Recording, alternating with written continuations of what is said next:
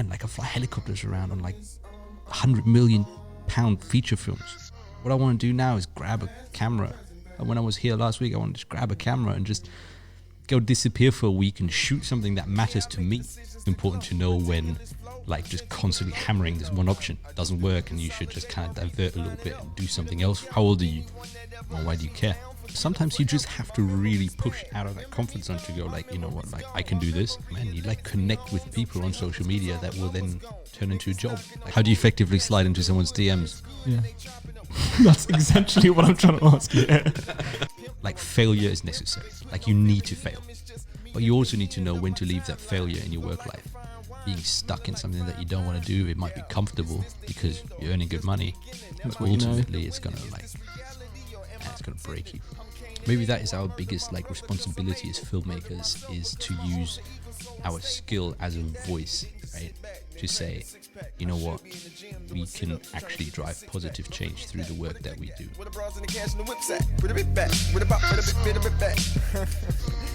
And we've got this tradition on the podcast. We do a countdown. It's become a little tradition, yeah. Okay.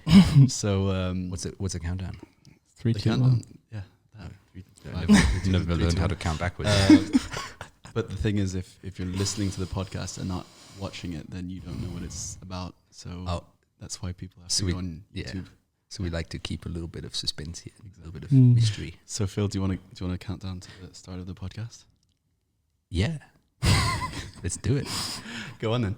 So the podcast will start in 3, 2, 1. And we're live. And we are starting. Here we go. All right. Welcome everybody to episode 5 now. Episode 5 with Teralon Talks podcast, yeah. I guess the question is, why haven't I been on before episode 5? Because we wanted to do one of each of the Teralon members first. Fair enough. And you're not part of Teralon yet. Okay. Maybe one day. Soon. Maybe one day. Who knows? So episode 5, we're very excited. This is our first episode with a guest. Look at that. Very first guest. Thanks Wonderful. for coming on. Well, thanks for having me. So yeah. You're welcome. Thanks for being here. This is turning so British. Should we thank each other and say sorry for a bit? Yeah. All right. Santi, do you want to kick us off with a first topic or first question? Yeah. So this is Phil Arntz. I saw you've done quite a few little podcasts and bits, a lot of blogs. Is this your first one in with like a live setting like this? Because I saw you did one like a phone call and stuff like that. Yeah, I think what I've done previously was more sort of interview-based stuff on specific projects. Yeah. So, talked a lot about sort of quite interesting projects that we've done in the past that were maybe fairly specialized in our approach to them. But this is a bit different. Popping my cherry on this one. Oh, nice. Do you want to kind of just explain what you do then? Yeah, so I'm a director of photography. I've been doing it for a fair few years now. I mainly shoot, so commercial work. I do a lot of aerial work. So that's anything, that flies. It's helicopters and drones. And that's mostly sort of for feature films and also commercials. And on the side, I'm sort of pushing my narrative game a little bit more. So I do a fair bit of short form work, in the UK and abroad, just on, mostly on projects that I've worked with, sort of commercial directors before that have the same ambition of moving into narrative work in the future. So, nice. Just kind of trying to, put more strings to the bow, essentially. Nice. What kind of got you into just filming in the first place? You're quite young, no?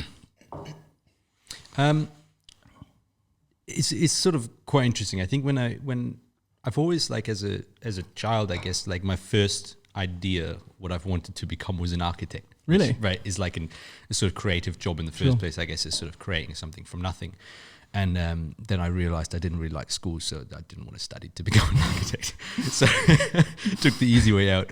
No, but I've always had this sort of interest in photography when I was fairly young. Yeah. And I think that then developed through, school as well. I never went to a specialized school or anything, just general education. We used to do these little film projects in class, and I was always sort of slightly the overperformer on that because I really enjoyed it. You just went all in. Yeah, exactly. So I think that sort of started it all where I was like, what, this is actually quite fun and maybe I can turn this into a job. And then, from there I sort of started assisting a cameraman in the television news, essentially. Oh, really? What age was that?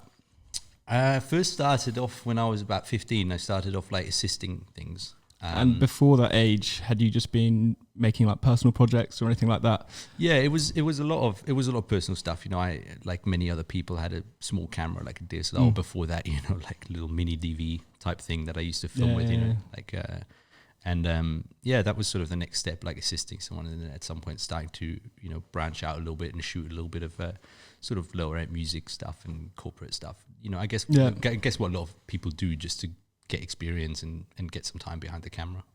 So did you like freelance at all or anything like that, or was it just you did this assisting was it news? You said it was in news Germany as well. No, this was in England. Okay. So I've been in England since I was 10, right, or 9 even. I can't remember, but yeah. So I was born in Germany to go back to it, and then I came to England and I studied here as well. I went to school here, and so when I started out in the industry, it was in the UK, it was in London. And there's a guy that I still, he's a very good friend of mine still. So like, I started off assisting him and we did a bunch of like cooking shows and all that kind of stuff. So it started off with him having his little ENG set up, and that was like the start for many people that then said, you know what, there's a DSLR that came out, whatever. And then, we'd sort of branch out and shoot a bunch of other stuff for private clients. Yeah. Was it quite hard to get that assisting job? Or like how did that come about really? Twitter, mate. Twitter. Just gotta hedge your bets and just go for it. What exactly did you do? Did you like approach a lot of people? No, it wasn't even approaching people. It was, I just followed a fairly big network of people on social media, and I saw this guy who was like, hey, I'm looking for an assistant for this job tomorrow, like in a couple of days, and I was like, yeah, let me get involved in this, and I just sent him a direct message, and we got chatting, and he was like, well, who's this like 15-year-old kid? I was like, whatever. And then the weird thing is, like, the next day some strange man turns up at my house, at my parents' house, and he's like, well, I'm here to take your kid to work. It was like, when you think about it now, what your parents say, like, never get into a stranger's car, you're like, oh. Did they know about this, or the first thing they heard of it was this man turning up? Yeah, exactly. It's like, who's this strange bloke outside? Like, and it's going to be quite. This? Oh, I met him on the internet. Yeah, exactly. It's fine. Yeah, I met him on Twitter, mom and dad. No, they did know about it, and I had their blessing for it because I was always sort of fairly driven as a kid. Possibly a pain in the ass, some may say, but it was quite cool. And it's Paul, like my mate Paul Williams, and we ended up doing a lot of things together, and that was the time when I bought my first own camera.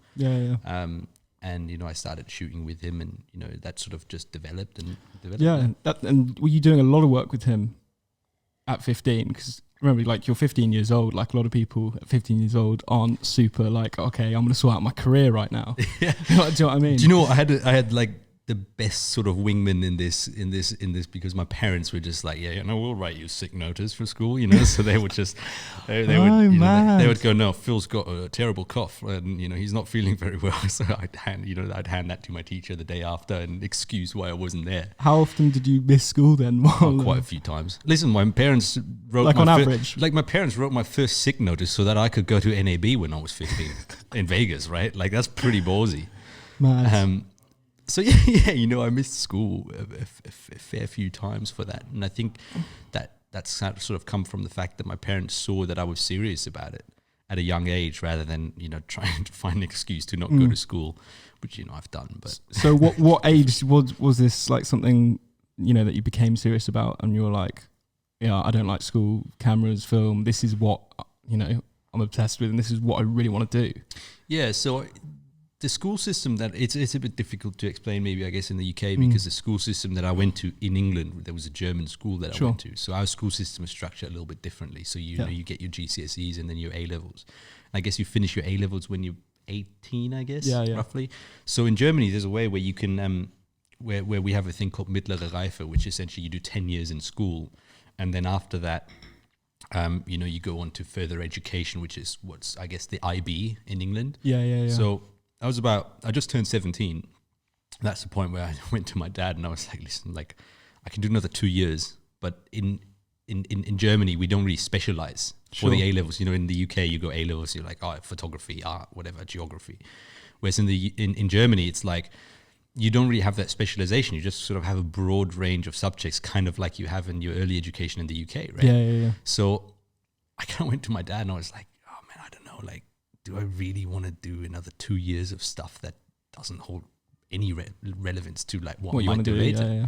So, you know, the conversation was kind of like, hey, you know what, like I can, you know, and you can change to the English school system at that age. So I was like, you know, maybe I'll go do my A-levels, you know, and I'll specialize in something. I remember I went to Richmond College back in the day and I had my interview with them and I kind of just put my portfolio in front of them. I was like, you know, I've done a couple of things. And was this to study film or something? Yeah, this was like a media course thing. And I mean, to be honest, like I rate the guy for saying it, but he was kind of like, he's like, I mean, if you want it in writing that you can do it, like, yeah, join the course, but like we can't really give you more than that because I've had that head start of working in the industry. Because that was only 2 years of working. Yeah, exactly. Yeah. So he came up and he literally said like, oh, we can't teach you anything. He turned me down.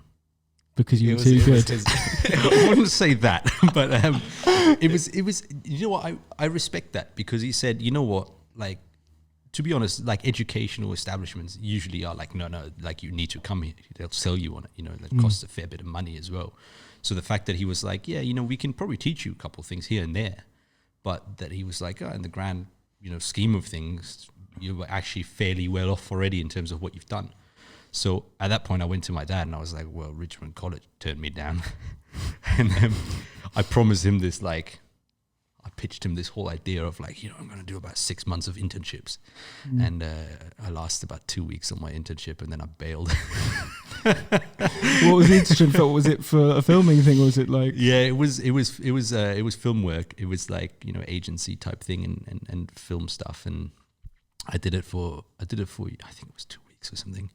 And then through the power of social media, yet again. Wow. You know, just, you know, it's common topic. I guess we're going to come to the point where it's about networking, right? So I've always had my like kind of my web out quite far just to talk to people. And at that point, a job came in where I was like, you know, I was 17 at the time or something, and I went to China to do a little film there, like to do a little charity piece there for like a shoe company, Tom's Shoes. They do this like charity thing where you buy a pair of shoes, they give a pair of shoes to someone in need. And yeah, I like bailed on my internship. I was like, Dad, I'm off to China to do this job. You've already got jobs coming in. Yeah, exactly. So that, you know, it was quite interesting, and you know, like that was it. Like from there, it just, I couldn't even tell you the timeline of what happened then. But that was sort of the start of, you know, being like, you know what, I'm gonna just work really hard, and hopefully it's gonna work out. This was when you were how old? About 17. 17, yeah. So you had your first professional gigs at 17. Yeah, like my first like own sort of big travel job, I'd say. And you know, lots to learn from that. I have a lot of things where you kind of get in there and you look at it now and you're like, God, man, they abused me. Like, you know, like they like this. I guess one of the big topics is like when you start out, you don't know your own worth and you don't know what you're actually bringing to it. Even if you're fresh at this, there's still a value to what you're providing to people. So it's kind of like you look back at it and you're like, man, they got a good deal. Yeah, they're like rubbing their hands. Yeah, like, exactly. This kid. Yeah, and this is the thing, you know, there's always going to be companies and there's always going to be like people that will constantly look for those people. You know, there's like, you know, as people grow, they will then fill that position with someone else, right? Because they're like, well, we don't really want to pay more. And the standard of work that we're getting from someone that's fresh, that hasn't quite understood what they're worth yet in terms of their work, you know, they kind of just go, yeah, you know, that'll do for us. And, you know, they're like, oh man, I'm stoked. Like they paid my flight to China. Like I'm going to work my ass off, you know, whereas now you look at it and you're like, I gotta go to China? Like, come on. Bit of a change of perspective. Yeah, I guess. So, is this a top tip? Like if you want more work, just lower your prices or keep them low? Yeah, it's a race to the bottom, guys. Get with it. No, but what I'm saying is, you know, there are, I think, maybe like slight change of topic there, but I think what's worth saying is that I completely lost my train of thought there. I think, no, you were talking. I just had it right there. You were talking about how like people like undercharge basically at the beginning. Yeah, no, exactly. Yeah. So I think what I'm trying to say is the fact that, you know, there is a certain, you know, you get certain jobs and there isn't a way to grow in that job. And there isn't a way to grow in that area, right? So there are certain jobs that are good for the time, but you can't grow that network. I think that's a really important thing, is that, you know, scale it basically. Yeah, exactly. Like sometimes scaling something is, you know, that's like when people talk about growing a business and all that, it's all about scaling your clients, scaling your ideas, right? You probably have a much better idea because I don't run my own business like you do. Yeah, I mean, there's a lot of times when if you do want to grow, you have to fire clients. Exactly. It sounds weird, and usually it's the other way around. But it's exactly that, right? It's the same for like someone, and I can't talk from a sort of employed basis, or like I don't have a company, I don't have overheads, I don't necessarily keep clients like you do. Yeah. I mean, I have my own clients, you know, that hire me to do their jobs, so I guess that's similar. But there is also a point where you will just simply outgrow a client. Yep. And, you know, even though there might have been X amount of money for you in the past, where you're like, that's really good, that sustained me that year, to then like kind of move past that is really difficult, because you have to say like, no, like this is not worth my time anymore. And even if they're worth a specific amount of money, at some point you have to say, no, if I just keep giving them that for the same thing, that doesn't allow me to grow. And that's really difficult. Like at what point do you say, you know what, I'm moving on? Does that usually happen when you like tell them what your price is at that stage, or what you're trying to like push for, and they just can't accept that? Or is it something else that comes within that area? I think like there's two parts to like how you think about a job, right? I think there's the thing like, I'm dreaming of this much money and this is what they're going to pay me and this is what this job is going to be, right? There's like expectations versus the reality, right? It's like a lot of jobs, you know, we approach, and again, on a company level, you probably look at something, you're like, oh yeah, we're going to make this really sexy and we're going to like put all this like money into like production value. But the reality is the client doesn't need that. The client doesn't care about that. They just want some content for their Instagram, right? And that's the same for us. It's like, you know, we say, you know what, like we really want this client to be that, but then there is the reality of what that client is. And there's no point in trying to push that like angle of like what you want it to be if the client is just not receptive to it because they're in a different market. Sure. And it's the understanding of when you say, you know what, that's fine. Like I'm going to find something else. And then also trusting yourself that there is going to be something else. You know, I think that's one of the difficult things as a freelancer, is like you never know what's the next thing. Yeah, because sometimes you even have to say no to work in advance so that you can work on growing your, go out and work on sales and finding those next big clients. Because if your day-to-day is taken up by working with these clients who you've kind of reached the limit of where you can grow with them, and then your time is taken up by just doing that work, and you have no time to go out and sell and reach these new clients. Sometimes you actually have to turn work down and say, okay, this month I'm going to have no work. I'm not going to get paid this month, but I am going to work on pitching to new people and going out and trying to find new work. Yeah, and that's, you know, that is what is going to ultimately, that's what's going to help you grow. But it's scary to do. I mean, for us, we had a period where we were doing all the work ourselves, and then we made a decision, right, all of the filming work we are going to give to freelancers, even if we can very easily do it ourselves. We're going to give all that work to freelancers, and we're going to focus, as in Guy and I, are going to focus solely on finding the next big new clients. And, you know, we were quite lucky because that turned out well for us. We went through that period of having a little bit less of income.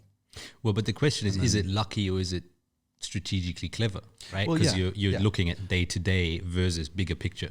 Yeah, I mean, I say lucky, I mean, it worked. Yeah. Some people congratulations.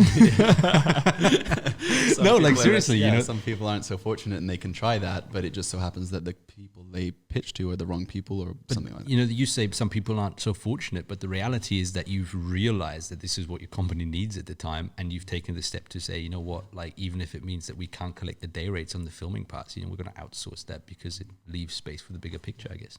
I mean, you do kind of collect like production fees or editing fees on those jobs if you still do that part yourself, but the day rate of filming, that, you know, that's kind of gone. Yeah. But, another thing you briefly spoke about is you said you have a dream that you want to make it look nicer for the client. You want you know, these are your ideals for this project, but the client doesn't need it to be that fancy. They just want some content for their Instagram. what are your thoughts on kind of over delivering and acting as if every project was a 10 grand or 50 grand project when it's only like 2 days work? Like, for example, for us, we kind of learned a lot and grew in our capabilities by, say they just needed some social media content, but we took the entire budget and rented a Red for the first time ever. And that's how we learned how to use Red cameras. Yeah. And that's what allowed us to get work using Red cameras later on. And that's smart, right? It's like who wouldn't want to learn on the job, and who wouldn't want to like improve their level of work or create showreel worthy stuff whilst they're being paid for it, even if it means that your profit is going to be less, right? You're still going to be paid for it. Like, it's not going to cost you anything, right? That's great. I think for me, the early days were very similar. Like when I first started, it was the same thing. It was just like, okay, so I have this job, like this is the budget, and I spent like all of it on like kit, because this was like when I just started out. So I was like, yeah, you know what, like I really need an Alexa for this. I was like, was this your first job? Well, no, it was my first job. But, it was no, but it was the early days. Like I started off with like a 5D, and then I went to like a Sony FS100, like, respect, like that was a good camera. Mm-hmm. But it was still like, the job came in and it was like, well, it was like online videos or something, and I was like, I could film it on my FS100, but that ain't sexy, right? So you kind of go and you're like, well, let's rent an Alexa. It just blew the budget like completely apart. But you're like, yeah, you know what? We're going to step up and we're going to make something that's, that's going to hopefully cement the future of what my content is going to be. And thank you, Julian. You're welcome. It's really kind of you. You need to get a bit closer to the mic. Like that. So, no, it kind of, sets a precedent for what the future is going to be, right? If you level up essentially within the budget, and if you're able to allocate that budget. But I think at some point you also get to the position where you're like, you know what, what's realistic, what's going to be good for our company, and how are we going to grow, right?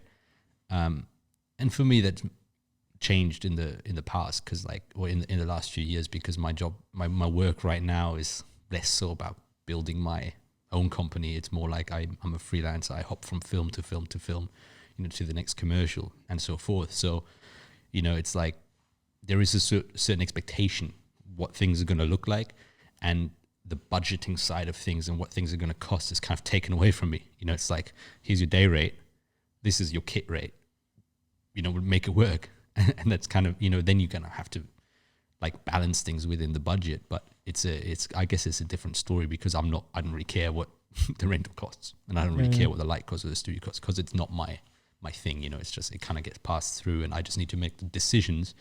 And then it's kind of like, well, I want this, Alexa, and I want these 17 sky panels. And then you kind of go push it to the producer and you go, can you make that work for me, please? Pretty please. So that's kind of, where things change a little bit. And I guess it is the difference of working freelance or working direct for a client who has no idea what exactly a sky panel is. Yeah. For anyone listening to this who doesn't know, it's a light. A big light. A very nice light. So, I mean, you started out working direct for clients and then transitioned into working for production companies, or was it always working for, someone who organized the project for you? Or? I think no one that knows what they're doing is going to hire someone that doesn't know what they're doing. That's like, yeah. I think starting to work out for a production company is really difficult. If you want to start in a certain role. But I mean, you could start out working as a camera assistant for someone else. Yeah. And then move up that way. That's true. And I think my sort of way of having worked myself in the industry was I started pretty much with the direct to client thing. I assisted a little bit, and then at some point I said, I'm going to do my own thing on the side as well, which was, doing music videos. So you find the artist or the manager. I used to go to all these like venues that had live music on, and I just plop up my tripod, my camera, and I'd shoot it. And then afterwards, the people would just come automatically and give me their card, and they'd be like, "Oh, can we get that footage?" Really? So you'd kind of go, "Oh yeah, here's the footage." You put together a little edit so that they can post it on it. Often you don't get paid for it. Sometimes they'd be like, "Yeah, here's £100 or whatever." What kind of events are these? It's So like, did you have to like pay to go into the event no, itself? this is like, a pub or Okay. or like a whatever, and you just kind of go, yeah, you know what, like I'm just gonna put my tripod up. I'm gonna You film literally this. just walked in with no one. You didn't ask anyone exactly. first. No, you're just like, you go there for the live music That's and you just mad. do it. Was that in the UK? Yeah. I don't know if that I still mean, works. these days you'd get kicked. No, but we're talking about like small little cafes, small little bars. We're talking like 20 people in the audience. These aren't like big people that you're filming. You're just kind of hoping that they take an interest, and then they say, what, we want a music video, and they're like, we got £500, and you're like, damn, £500? We're gonna go mad on this one. And what age were you doing this then? Yeah, same. Like that was the start. 17. That was the start. 17 was the age you started. It was like doing between actual like jobs. it was like between 15 to 17 was like when things started like going that way. So no, was it 15 you started doing jobs? Yeah, I mean, I started shooting my own stuff. Like this sort of stuff was like just when I just started. I didn't know what I was doing. So Yeah. it's like you No, can't 'cause I possibly think have someone pay you for it. A lot of people think it's like, how did you manage to like break in, especially from such a young age and like fairly quickly? And what do you think the reason for that is? I think maybe this is a slightly broader look at how you're gonna manage to accelerate your growth in this industry is specializing. Yeah. Like really knowing what you're good at, really knowing what people need, and really knowing your shit. Like that's the biggest thing, is like when you have this one thing that you do really well, that's better than just going, yeah, I'm a DP and I shoot and I know how to light. And it's like, okay, so what do you shoot? Do you shoot cars? Do you shoot like fashion? Do you shoot sports, whatever? And for me, that was even more specific, where like my thing was like, hey, I can shoot aerials really well, which we can talk about how I got there. Yeah. But, as an example, you can kind of pick anything, whether that's like aerial cinematography, high speed, like slow motion stuff, underwater, whatever. As long as you become the guy for it in your network and then branch out of that network, you can grow so much faster than just being another one of the thousands of people that says, I'm a DP, I light, I shoot stuff, hire me. How quickly do you think you should specialize? Do you think at the beginning there should be a point where you do try a bit of everything out? I think I think it's super valuable to kind of have an understanding of what this is, what it is that you want to do as well. For me, specializing in something doesn't necessarily mean that that's the thing that I will do forever. Okay. Like, I have a love for flying. I have a love for aviation. We share a love for skydiving. Like, so that kind of ties into like filming stuff from the air. Like, I love that stuff. So who knows? Maybe we'll have another podcast in 20 years where I'm like, yeah, I still do aerials. And there's nothing wrong with that, but I think it's important to know where you want to go. And it's also important to know when like just constantly hammering this one option doesn't work, and you should just kind of divert a little bit and do something else for a while in the hopes of growing your profile, that when you then come back to these jobs, that people go, hey, he's worked on these like really impressive jobs. Yeah. Even under a different capacity, but it shows that you are capable of working on a job that level, and that kind of changes people's perspective. And at what age did you personally start going, okay, I'm going to focus on... God, I think this is a podcast that's just, what age? Yeah, no, because this is the thing. I think a lot of viewers, and like me myself, like you're only like a year or two older than me, and you've done like a lot. And when I think Freddie first told me, yeah, he's only a couple of years older than you or whatever, and I was like, really? Also, I think it's your beard that makes you look a bit older and a bit more mature. No, this is on the short side. Listen, one of the first things I will say to anyone I meet that asks me how old I am, I said, that's none of your fucking business, right? Because that's... You don't ask a lady their age, right? Exactly. So you don't ask me my age. No, but I think that's like this industry, right? It's a lot of things. It's incredibly ageist. Like it really is. Sure. Because someone that's like a 45-year-old director doesn't want to hire a kid that's 20, when the 20-year-old kid can look and act like he's 40, kind of get away with it. But that requires a wig and a fake beard. I don't know. That's going to make them feel a lot more comfortable, because they have this idea of like, the skill level might be the same between the 20-year-old kid and the 40-year-old kid, but the people that are hiring them, they're like, no, he's got 25 years of experience on this. Like, we'll be fine, right? That's a different story than he's got 5 years of experience of this. I think a lot of what happens as well is people who do really well become known for it later. So they spend the first 10 years doing really well at whatever they are doing. And then 10 years later, people suddenly realize, oh, this guy is doing amazing stuff. And so the public perception of people is that they're older when they're successful. Yeah, I think that's very true, and I think I've managed to dodge the age bullet for a long time, and I think I've dodged it enough now that when people now look at it and go, "How old are you?" and they know the true answer, which I will not reveal, they kind of go, "Yeah, you know what? Fair enough." Like, you know, you've made it through the minefield of, man, he's not experienced enough, he's too young, you know, he doesn't have the track record, and now they can't really argue with it anymore, because now they look at it and they go, "Oh shit, well that's, you know, that's the work," and then all of a sudden that question just falls away.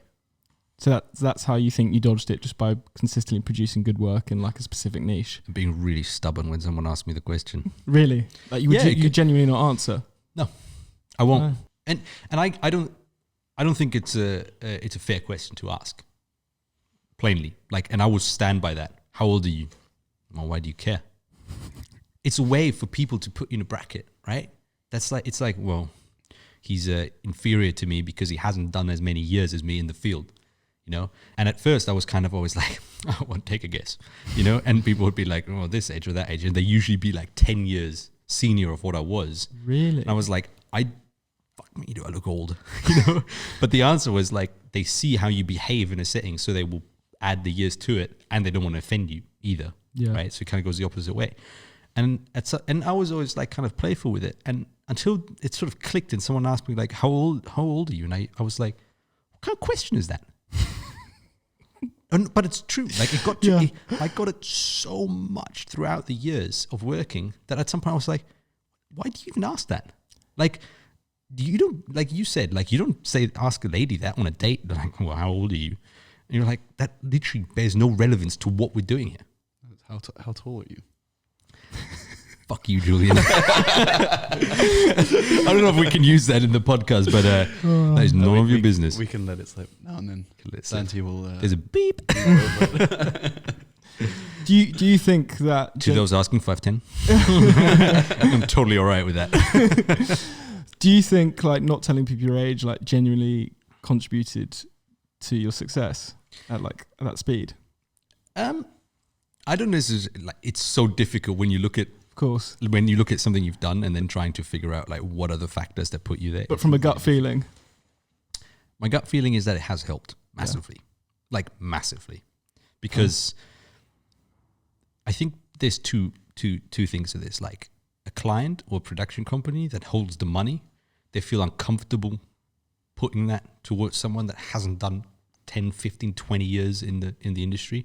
Whereas if they know that you've done 3 years or 5 years or whatever, they're like, oh God, this is going to be a disaster. And then there is the other point of people just simply feeling threatened. It's the thing of like, man, this kid's like, however, like 18 or whatever, and he does this stuff that's so good. And there they are, and they're like, you know, mid-30s, 40s, whatever, and they're like what did I do this whole time?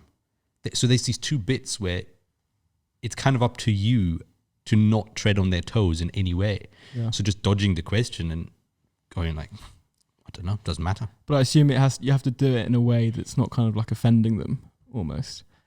Like, as you say, you did it playfully. Well, it's not offending them, right? It's like, you can literally just go, I plead the fifth. I actually managed to put that in the podcast.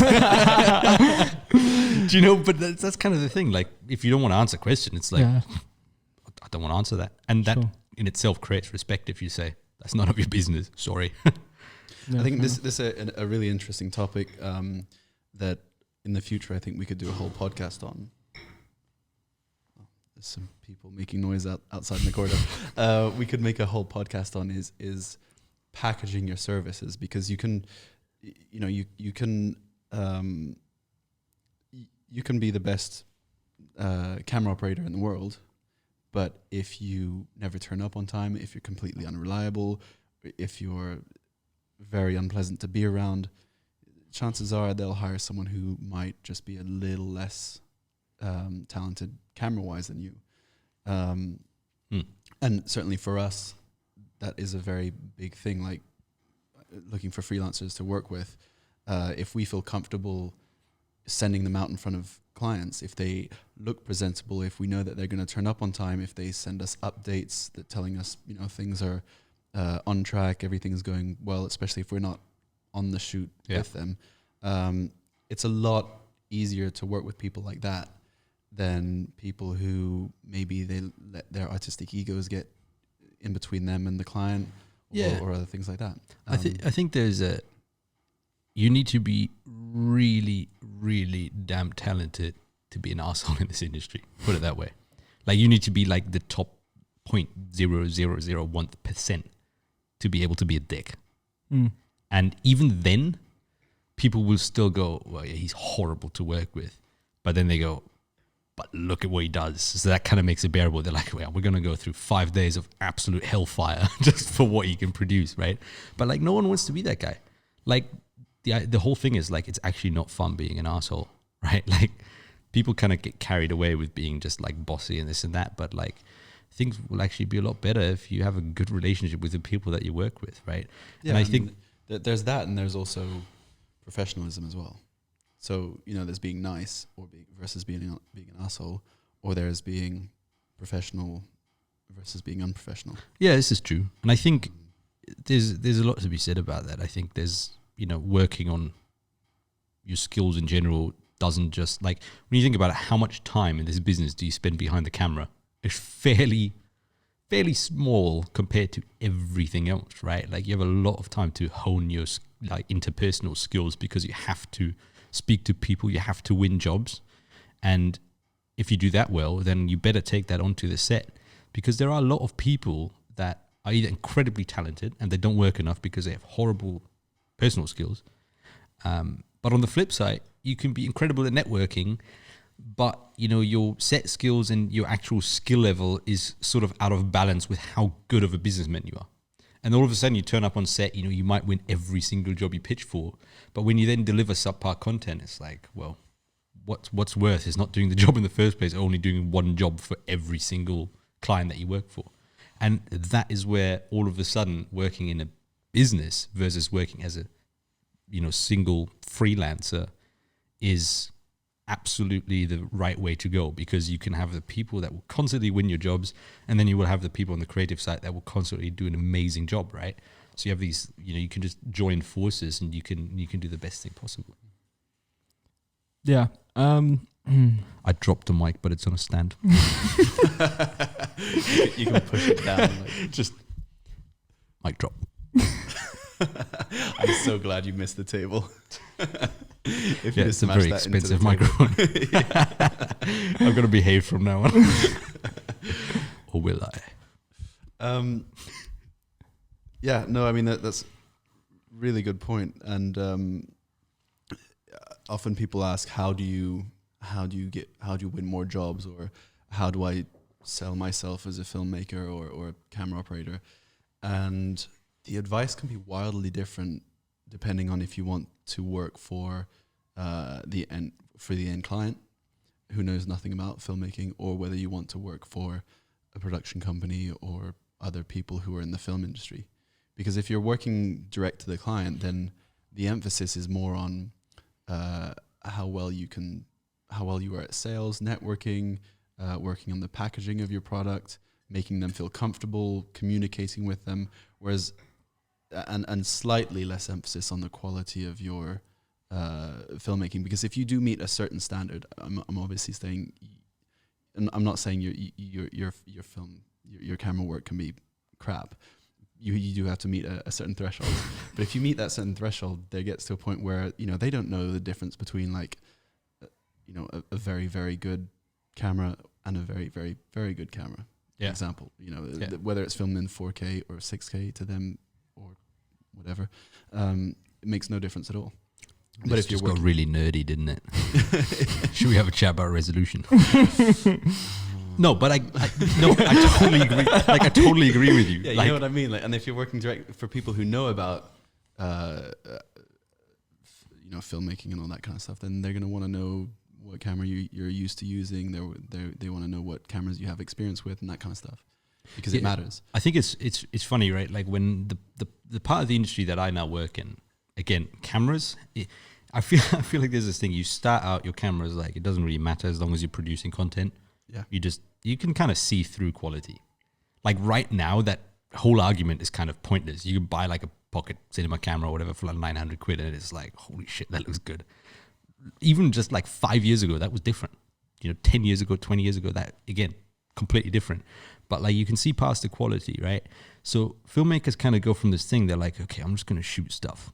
I'm going to try and make it look good, right? So they're going to go like this. And then at some point they're like, oh man, like I've really exhausted the capabilities of this camera. And that might be true. That might be an excuse, whatever. Then they're going to like exponentially like spend money on kit. And then they're going to be like, okay, so now I need to film everything on a Red, everything on an Arri, or everything on a FX9 or whatever. And you're going to ride that wave for a while where you're like, well, I need this kit to make good looking stuff. And then all of a sudden the camera is just like, it's just going to drop and you're like, whatever, give me a camera, we'll make some good stuff. I feel like there's this part that everyone in their career goes through where it's like, well, it needs to be on the best possible thing. And I used to have the same thing where I was like, no, like if it's not, like I used to turn projects down being like, you want to shoot on FS7? How's that going to make me look good? Because the truth is I got so accustomed to shooting stuff on Arris or Reds that I was like, oh man, like going to that, it's going to just change the quality of my work. And to a degree, there's maybe some like truth to this, to the fact that like one camera's going to look better than the other. But now it's literally just like, does the job interest you? Like, is it actually an interesting subject? Do the other people cool that you work with? And that's kind of it. And then you go, you want to shoot on a 5D? Yeah, let's do it for nostalgia's sake, So it doesn't really matter anymore. So I think that's... Yeah, and kit's always going to change. I mean, you can film something on a certain camera now and in a certain resolution or dynamic range or whatever. And then in a couple of years' time, you're always going to have something bigger and better that comes along and supersedes that. But if you're good at other things like, I don't know, story, lighting, all the other stuff. Yeah, but we all know that doesn't matter. It's all about the resolution. Sorry. Don't mess with my train of thought. You know what I mean, right? Yeah, absolutely. Yeah. What do you think? Because you say like being good is really important. It sounds like you're saying like you got quite good quite quickly. As you're saying, people weren't. Am I wrong with that? I don't know. People weren't arguing with your age and stuff because you just wanted to show that like presentation of how good your work was. What do you think got you to like? What did you do basically to like learn very quickly, and like what kind of aspects about that? I think when I first started doing bigger jobs, it wasn't so much about being good as I think it's about getting people to believe that you're good. Okay. Because when I look at some of the stuff where I was like, yeah, I really sold myself on that. And I look at it now and I'm like, oh my God, what did you do? I think, and that's fine. Like, if you're always going to do jobs that are within your comfort zone, you're never going to do another big job, right? Because it's like, if you constantly do the same thing that you've done before, at what point do you push into the next level of work? So sometimes you just got to bullshit your way through. You got to be like, yeah, I've shot on an Arri. Never touched any Arri before. But is this what you're advising people to do? Just say you've done it. There's an Arri Alexa camera simulator on the internet. Play with that for 2 hours. That's a good way to spend your time, And then all of a sudden you turn up on set, you're like, well, I can use the menu. I don't know where the power button is. So how earlier I was saying like one of our jobs we took the entire budget and rented a Red camera. Too good. That first Red camera we turned up, and luckily we turned up early, and it also was not a time sensitive thing. Because 3 days later, we got the camera, and the rental company was supposed to deliver it to us the night before, and they had some issues, so they delivered it to us the morning of. Yeah. And so we arrived on set, never used this camera before. We were used to like HDMI cables, and all of a sudden you had these like, I don't know what they're called, like the red cables that you. What, limos? Yeah, limos. Yeah. And we're like, where does this go? And then the power cable also looked like a limo because they're all round and just like. The worst is that you just plug it in and see if it works. Worst that happens with fries. But we were like, the batteries separate because it was a V-Lock battery that you were supposed to mount on a plate and then onto rods onto the rig. And we're like, where do you put the battery in? No, but it's true, man. There's always going to be stuff like that where you're going to be like, you'll be so out of your depth. And that's cool. Like, it's cool, man. Like, just try not to cost your client money. At what point did you realize that then? Like, what made you realize that? Was there a jump where you thought, I've just got to start jumping into these jobs? Yeah, probably. Or was there anyone that influenced you to like do that? No, I think it was literally just like, man, I want to do some cooler shit. And I was like, how are you going to get there? Well, yeah, I mean, you're going to work. Like, and listen, at the end of the day, no one's going to give you an opportunity if there isn't at least some proof of you being able to do it. Of course, yeah. There's a lot you can say about, you know, the gift of the gab, essentially, where you can just talk, right? And you can talk yourself into that room. But I think people are clever enough to like realize that, so they need to at least see something there, you know? Okay. And, but yeah, you know, sometimes you just have to really push out of that comfort zone to go like, you know what, like I can do this. Even if you have no idea, you know, that's fine. Like you're going to learn. And there's no better way to learn than to like literally do it, like learn it as you're doing it. Yeah. And that's how you think, like, it makes sense. If you're doing these jobs where you have to perform at that level, like it's at the edge of your comfort zone, you're going to really force yourself to try and produce that quality of work because the pressure's on. Yeah, absolutely. Yeah. So you say no one's going to hire you for something unless there's some proof of you having done something like that before. Well, you're only as good as your last job, right? Yeah, but if they're not going to hire you for something like that, unless you've done it before, how can you learn on the job?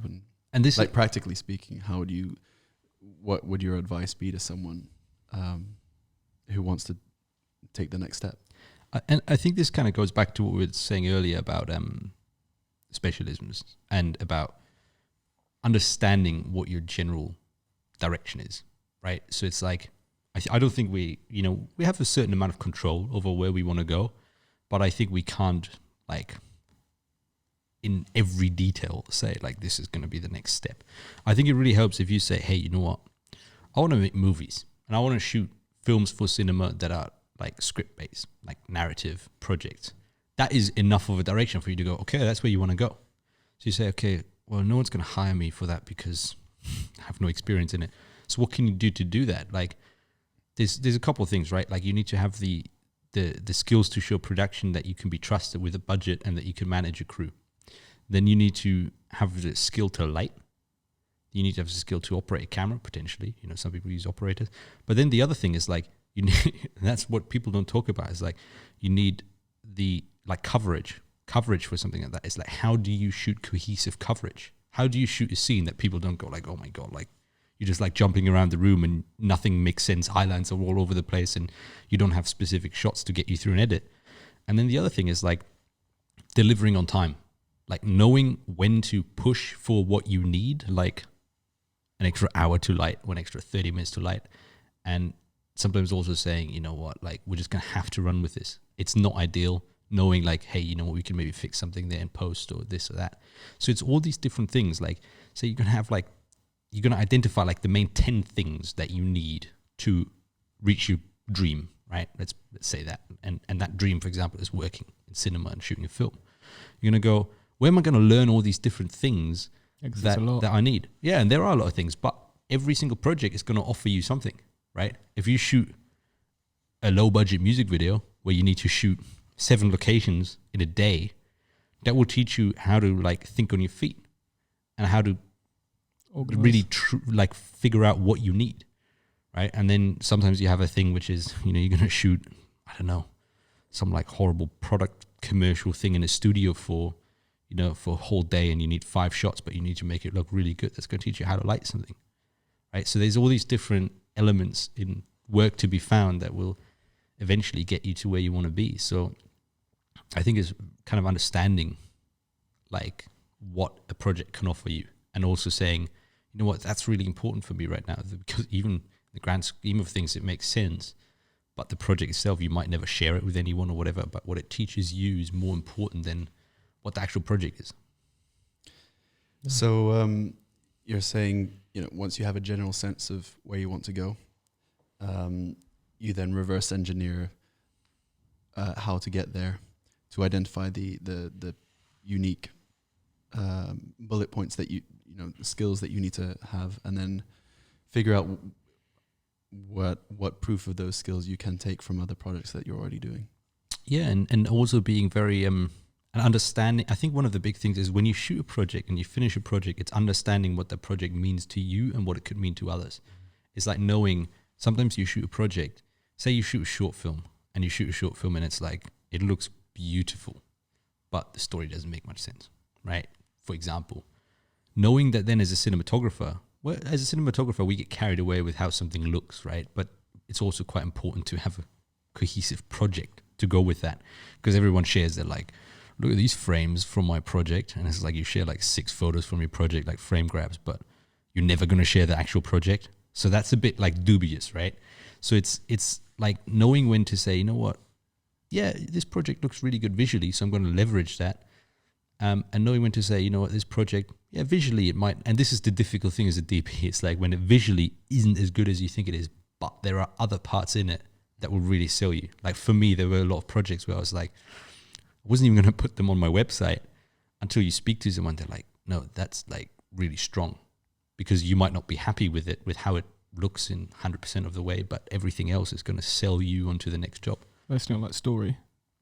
Yeah, and it's story, and it might be camera movement, and it might be, you know, the framing rather than the lighting. There might be shots that are slightly out of focus, and you're like, oh man, I can't possibly put that on a reel, but everything else around that and the way it slots into a film is like, that sells it. That's why show reels are, I mean, they're good at giving people like a rough understanding of what your work is like, but you know, man, show reels everyone can easily get 20 nice looking shots and make a show reel that looks amazing. It's very true. Yeah, you put a show reel together, you know, there's a couple nice shots in it, and all of a sudden it's like, man, you know what you're doing. Yeah.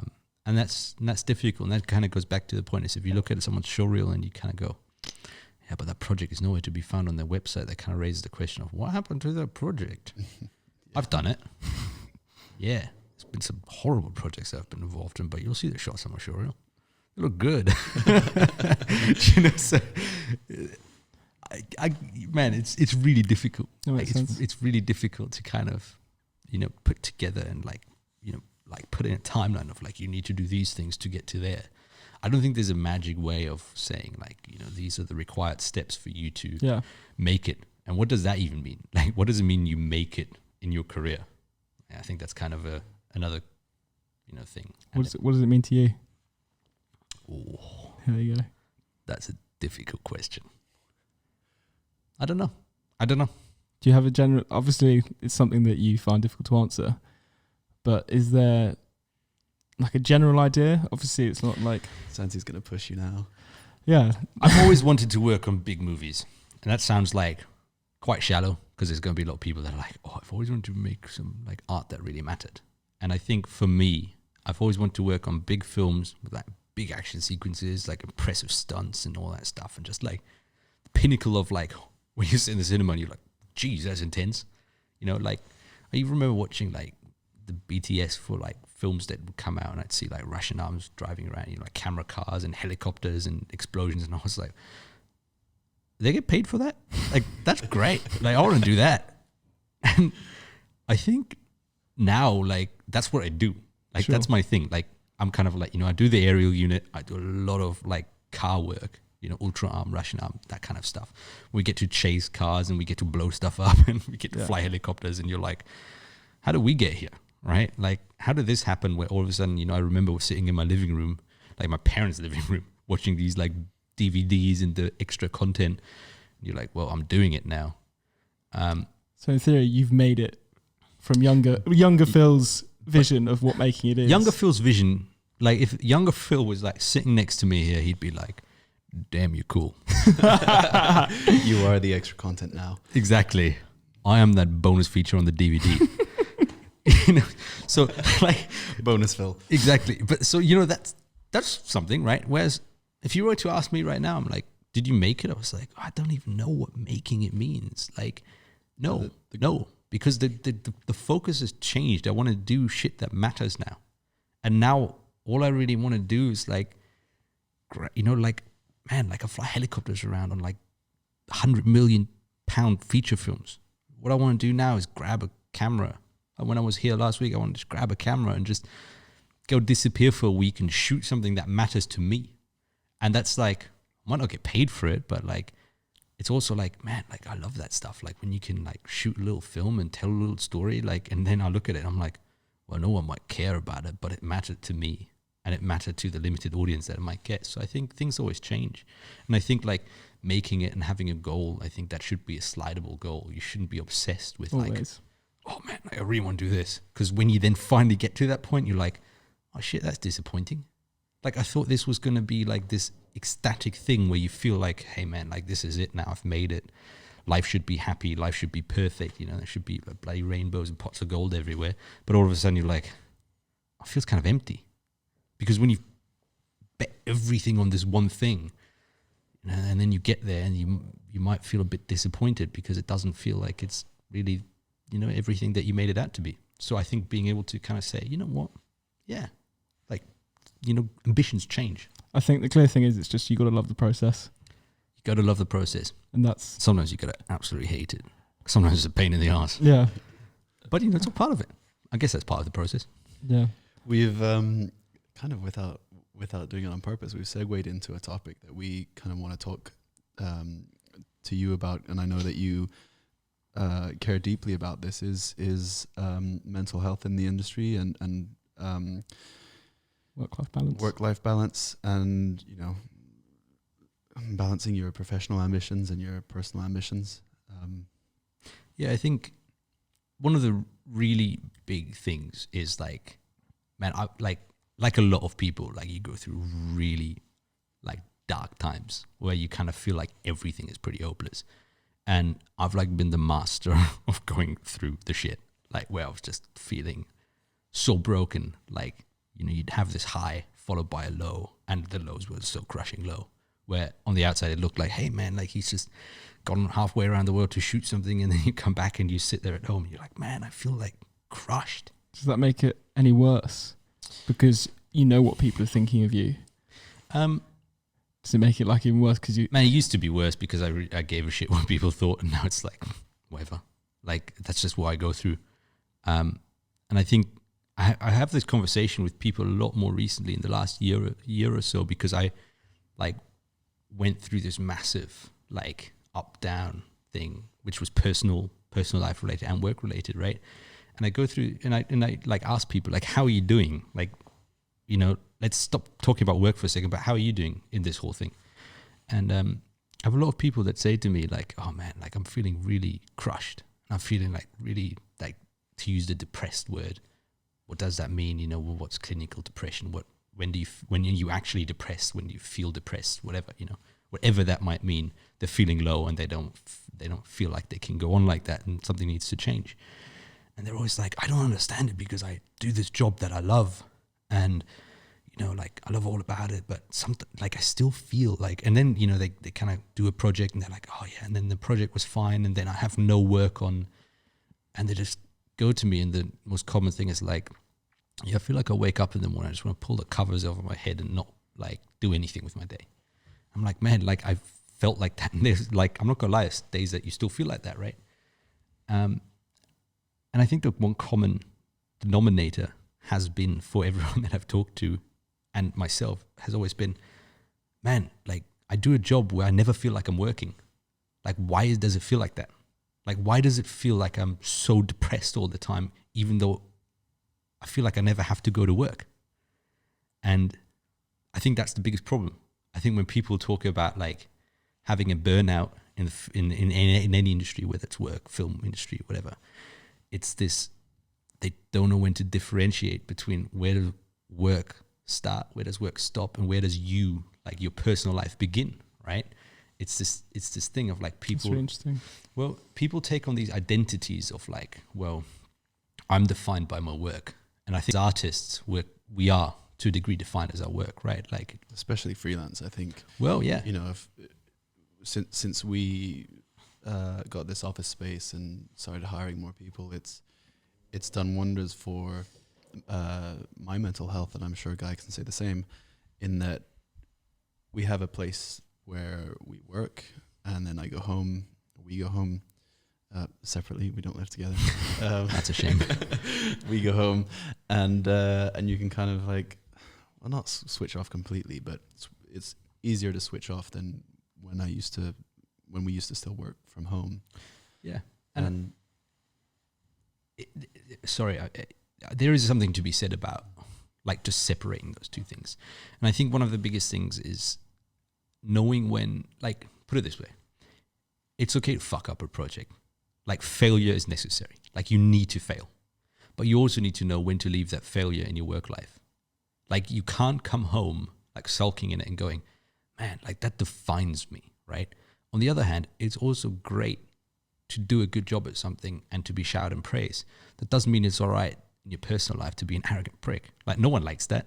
And that's not a healthy feature for you, right? So it's knowing like, you know what, this is my work and I love it and it's all I want to do. But it's also knowing when you say, you know what, like these ups and downs in my work life, whether I lost a job, whether I won a job, whether I, formatted a card by accident and lost the entire days of footage, whatever, you should like, yeah, you can take that home and you can be like, oh yeah, man, that makes me feel bad, right? Because I'm not asking people to be like psychos in the way that they can just go like, nah, I don't care. But it's knowing when to just say, you know what, like that's work, that happens. Not attaching it too much to your ego. Yeah, if you constantly attach things to your personal, like sort of persona, then it's going to be a shit time for you. Like you don't see people that like work in an office job, right? That don't care about their office job. There is something that happens at work that's just like dreadful, whatever, the company's losing a lot of money or whatever. They might go home and they go, yeah, no, that's a tough day at work. And that's kind of where it stays. It's like, well, a tough day at work, but like I finished work, so I don't need to deal with that until tomorrow. And frankly, I don't care. So the part is like, we care too much about our work. And I think that's why, like, yeah, we'll separate people, like if you really care about your work, you're going to put out good work, right? Because you take like your personal sort of emotions into something. But I think there's also something to be said about knowing when to start, when to stop, and like knowing when to say, you know what, let me deal with that when the time comes to deal with that. Because I used to be so attached to my work. Like my failures in my work life defined who I was. Like my successes in my work life defined who I was. So you get days where I was like, I felt like I could float everywhere. I was like, oh, this is great. Like I just shot this job and it's got 20 million views on YouTube. Like kiss the ground I walk on, And then I had days where, I fucked something up and I, see friends and I'd be like, no fun to be around. They'd be like, what's up? And you're just like, well, I don't really want to talk about it. At what point did you realize that you had to have a switch in mindset? I think there is no specific point where you kind of realize that. I think there's just this thing where you kind of think like, why am I feeling so shit? Like, what is it that makes me feel so horrible on a day by day basis? Where the perfect, like what I said earlier, is like, I'll wake up in the morning, I'd be like, I don't want to get out of bed. You just feel like you want to spend 12 hours with the covers over your head. Was it just like a point where you're just like, I can't take this anymore and I need to try and think about doing something about this and changing, analysing the way you think and what makes you feel that way, and you were just like, I need to separate from this? Is that kind of eventually what happened? If I could tell you the moment that happened, I think I'd have the key to a lot of people's happiness. Because like I personally don't think it's that easy. When people say like, man, you should get out more, you should hang out with your friends, you should do something that you like. When they say that to people that are depressed, that are like clinically depressed or just feel like in a really bad place, then it'd be like, man, if I knew that moment where I was like, hey, you know what, like let's saddle up and let's do something fun that's going to change everything for me. I think, I'd probably make more money as a therapist than a cinematographer. But I think the reality is like, it's a constant, like when something just constantly beats down on you at some point, yeah, maybe like subconsciously there's something where you're like, oh man, like you got to break the cycle somehow. And I don't think it's like a one moment thing where you're going to go, just like your success. It's a slow process. Yeah, just like your success isn't defined by the one key action all of a sudden. In very rare cases it is. I think it's this constant like uphill battle against whatever you're feeling or whatever you're doing at the time to like reach the next level. And in that way, it's a constant battle against like how crap you're feeling. And all of a sudden you're like, man, like something needs to change, and it's like building blocks to a better. What did you do to start breaking that cycle? I think I found a lot of personally. I think it was a reevaluation that started.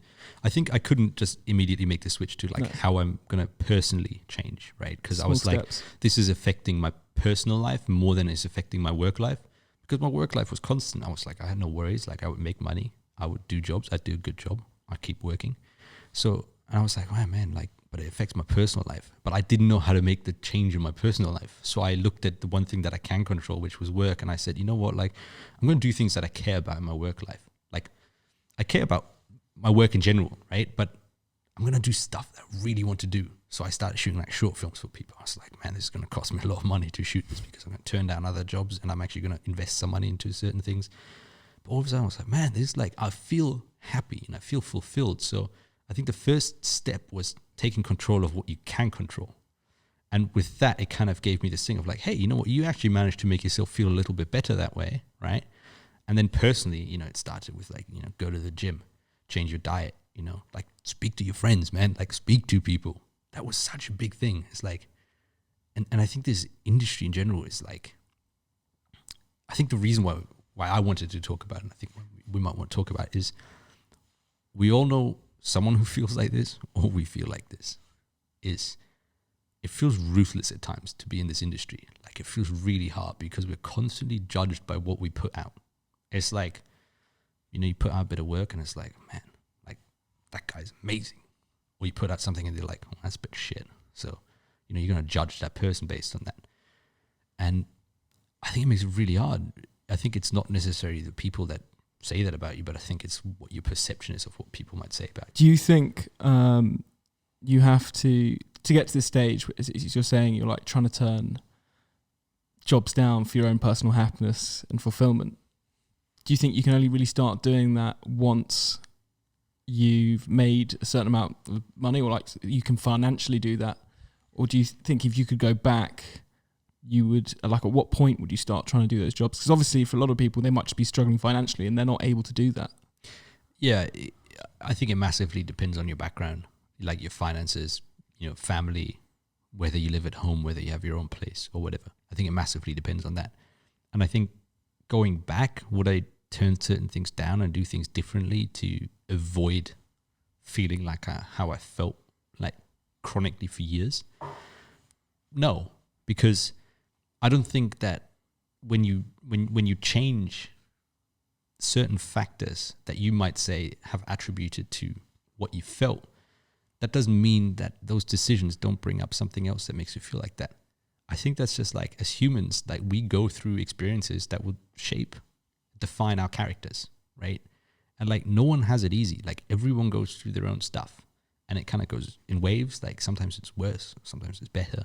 But I think, yeah, I can look at things and I can say, well, in my personal life, that was something that has caused a lot of anguish and pain. Or I can look at certain jobs and I can be like, man, that job was really stressful and it really tested me and it almost made me want to quit this industry.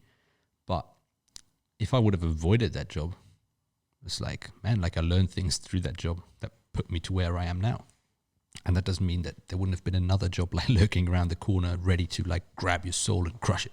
You know, that always happens. Like it's learning how to deal with the blows. And it's then, I think the important thing is then acknowledging that you're not doing well and talking to people and going, you know what, like, let me reconstruct how I feel. Like, let me start from the bottom again and say, you know what, like, I need to distance myself from my work a little bit. And I need to say, you know what, this doesn't define what I do and who I am. Having those like two separate building blocks. And I think when you really become happy as who you are personally, and when you're like, yeah, you know what, like, I feel like I have a good grasp of my personal life. Like I feel good about myself. I feel good about what I'm doing outside of my work. That is the key to creating better work. So when you think about it, all in all, you're like, well, I'm going to make myself feel better just so I can do better work, right? And that sounds kind of stupid, but you can't fake the feeling better thing. Yeah. So like really investing the time personally is going to be a massive step into doing better, more meaningful work that will ultimately propel you onto the next level. And you can't fake that. Like you actually need to invest the time into it. Yeah. Also, you also, I think we talked about it a bit before, that, you know, you used to put a lot of time into social media. As you said, you cared a lot about what people thought, and you managed to grow like a decent sized following. Is that part, like, do you want to talk a bit about that and how did that affect your mental health at all? Or? Yeah, it did. I'm not going to say that social media didn't help me get where I am now. it's definitely been a building block. It's been something that a lot of people put a lot of value on. They go, man, guy's got like a lot of followers on Instagram. Like he must be good. But yeah, I think in general, like I remember I used to live in the States, right? And I think maybe it kind of goes a bit with the Los Angeles lifestyle, man. Like you just post every day. You're like, look at me standing here. Look at me and my big camera. Do you know, it sounds stupid, but like that was the thing. Like that's what people like. That's what people eat up. They're like, man, like, that's a cool lifestyle, right? You're selling a lifestyle of being an artist. And looking back at it now, I'm like, man, that wasted a lot of time. And I look at that now and I'm like, man, even now I'm like still going back through my social media. I'm deleting shit because I'm like, fuck, that's cringy. But you know, like I think at the time, I'm like, I wouldn't have changed it. Put me where I am now.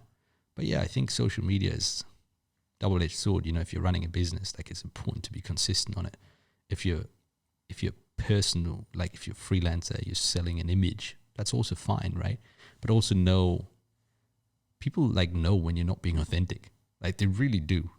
Like for me, I'd never tried to be unauthentic with what I was doing. I think like it represented what I did. Like I used to love cars, still do. You know, I used to skydive, used to work in film with big cameras. That was like what people know me at. You know, they were like, oh, he's the filmmaking action man. And that has still carried through. And that's what I do now still, you know, very much so. But like, I've stopped pushing that image because I was like, that's not who I am personally. Like I care about more than just those three things that on the surface everyone identifies you at.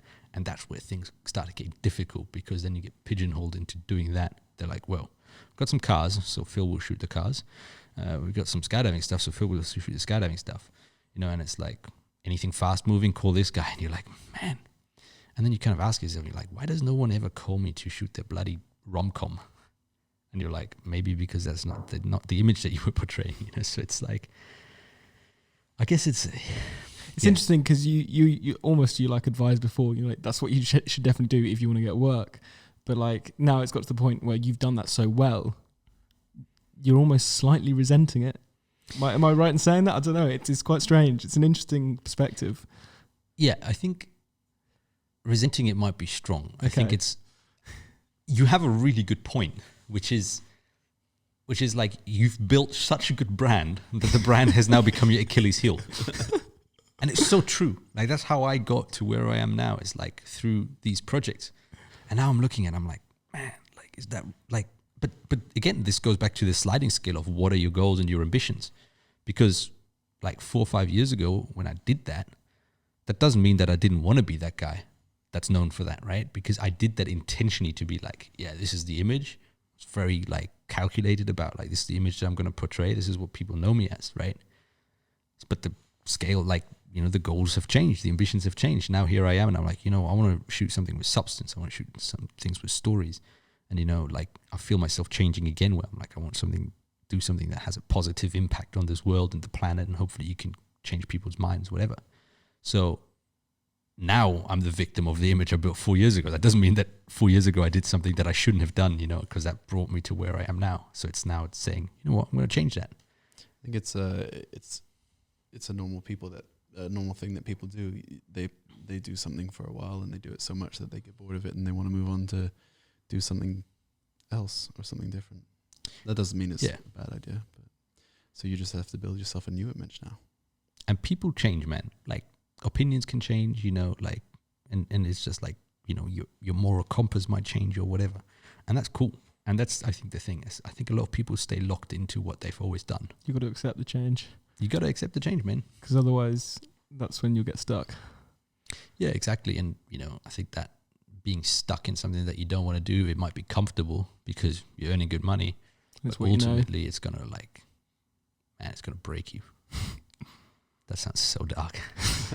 So deep. I love it. So deep. Wow. Yeah. Ready for that truth bomb? You can push the mic down again. Yeah. Mic drop. Mic drop. Wow. Hold on a second.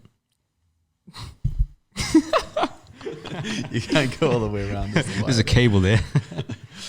I feel sorry I- for the people listening to this and not watching this because they Oh, want so much character. Yeah, So you much character. See this. And now the whole point is like, how do I put myself perfect into the rule of thirds again? Now we've slated social media a huge amount. And you said it did help your career. Follow me on Instagram at Phil Arntz. I love that. Yeah. Absolutely love that. We going to address the wine glasses now, or are we just going to go straight back into it? We should talk about that, shouldn't we? We had a quick break and got some wine instead. So that's why it's... We have leveled up our sophistication. Should we cheers? Cheers. Cheers to that, boys. Yeah. Ooh. Santi, are you sure you want that wine? Oh dear. Oh, cheers up here. Yeah, I'm not going to risk going over. I'm going to stay away for safety reasons. Oh dear. So I do need my left hand for my work, so I'm not going to let Santi just smash it with the wine. You what I'm now? glad the glass is still intact. Goodness me. Right. Behave, Julian. Anyway. Oh, wow. Right, so just to explain that, we had a brief intermission and we got some wine. Right. Hilarity ensues. To those that are only listening to this, it is white wine, not red. Or Not that rosé. that matters to anything, but you know, figured I'd point that out. Anyway. Yeah. So, Phil, Santi. do you think like growing a social media page, a personal brand page, that helped your career at all, or like getting jobs, or what benefits did you see from it? It massively helped. Like it to a point where I'm like, I wouldn't be where I am now without my social media. It's put me into, you know, situations like into job opportunities that came through that. There's a lot of people that I met through social media. And I think that's true for a lot of people. It's like, man, you like connect with people on social media that will then turn into a job. Like I'm sure we've all had, like whether it's, you know, for you guys, it's cameramen that you work with or even potentially clients. For me, it's often directors and producers that you connect with. And even now, like where I don't, let's call it curate my social media like I used to. I still think I portray an image on my social media that I want people to see, like that I want people to go like, hey, you know what, this is, they kind of want to get an idea of who you are as a person. So if you have like an interesting, you know, like feed, let's say, people are going to look at that and say, hey, that's cool. Like I wouldn't mind seeing that in my pop up in my feed every now and then. And you know, after a while you might get chatting about something and then you go, shit, here we are 6, 7, 10, 15, 20 jobs on, you know, you've made a lot of money with someone that just took an interest in your social media. So I think it's a really important thing. And I think it is also the new way to, like, as a business, it's also a new way to like reach anyone.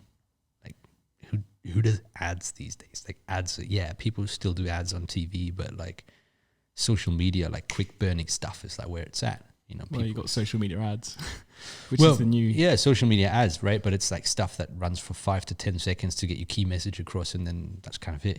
Yeah, it's and changed the way things go. And it still kind of just acts as, you know, the hook and bait to reel people into, so that they then look at the rest of your portfolio on your social media.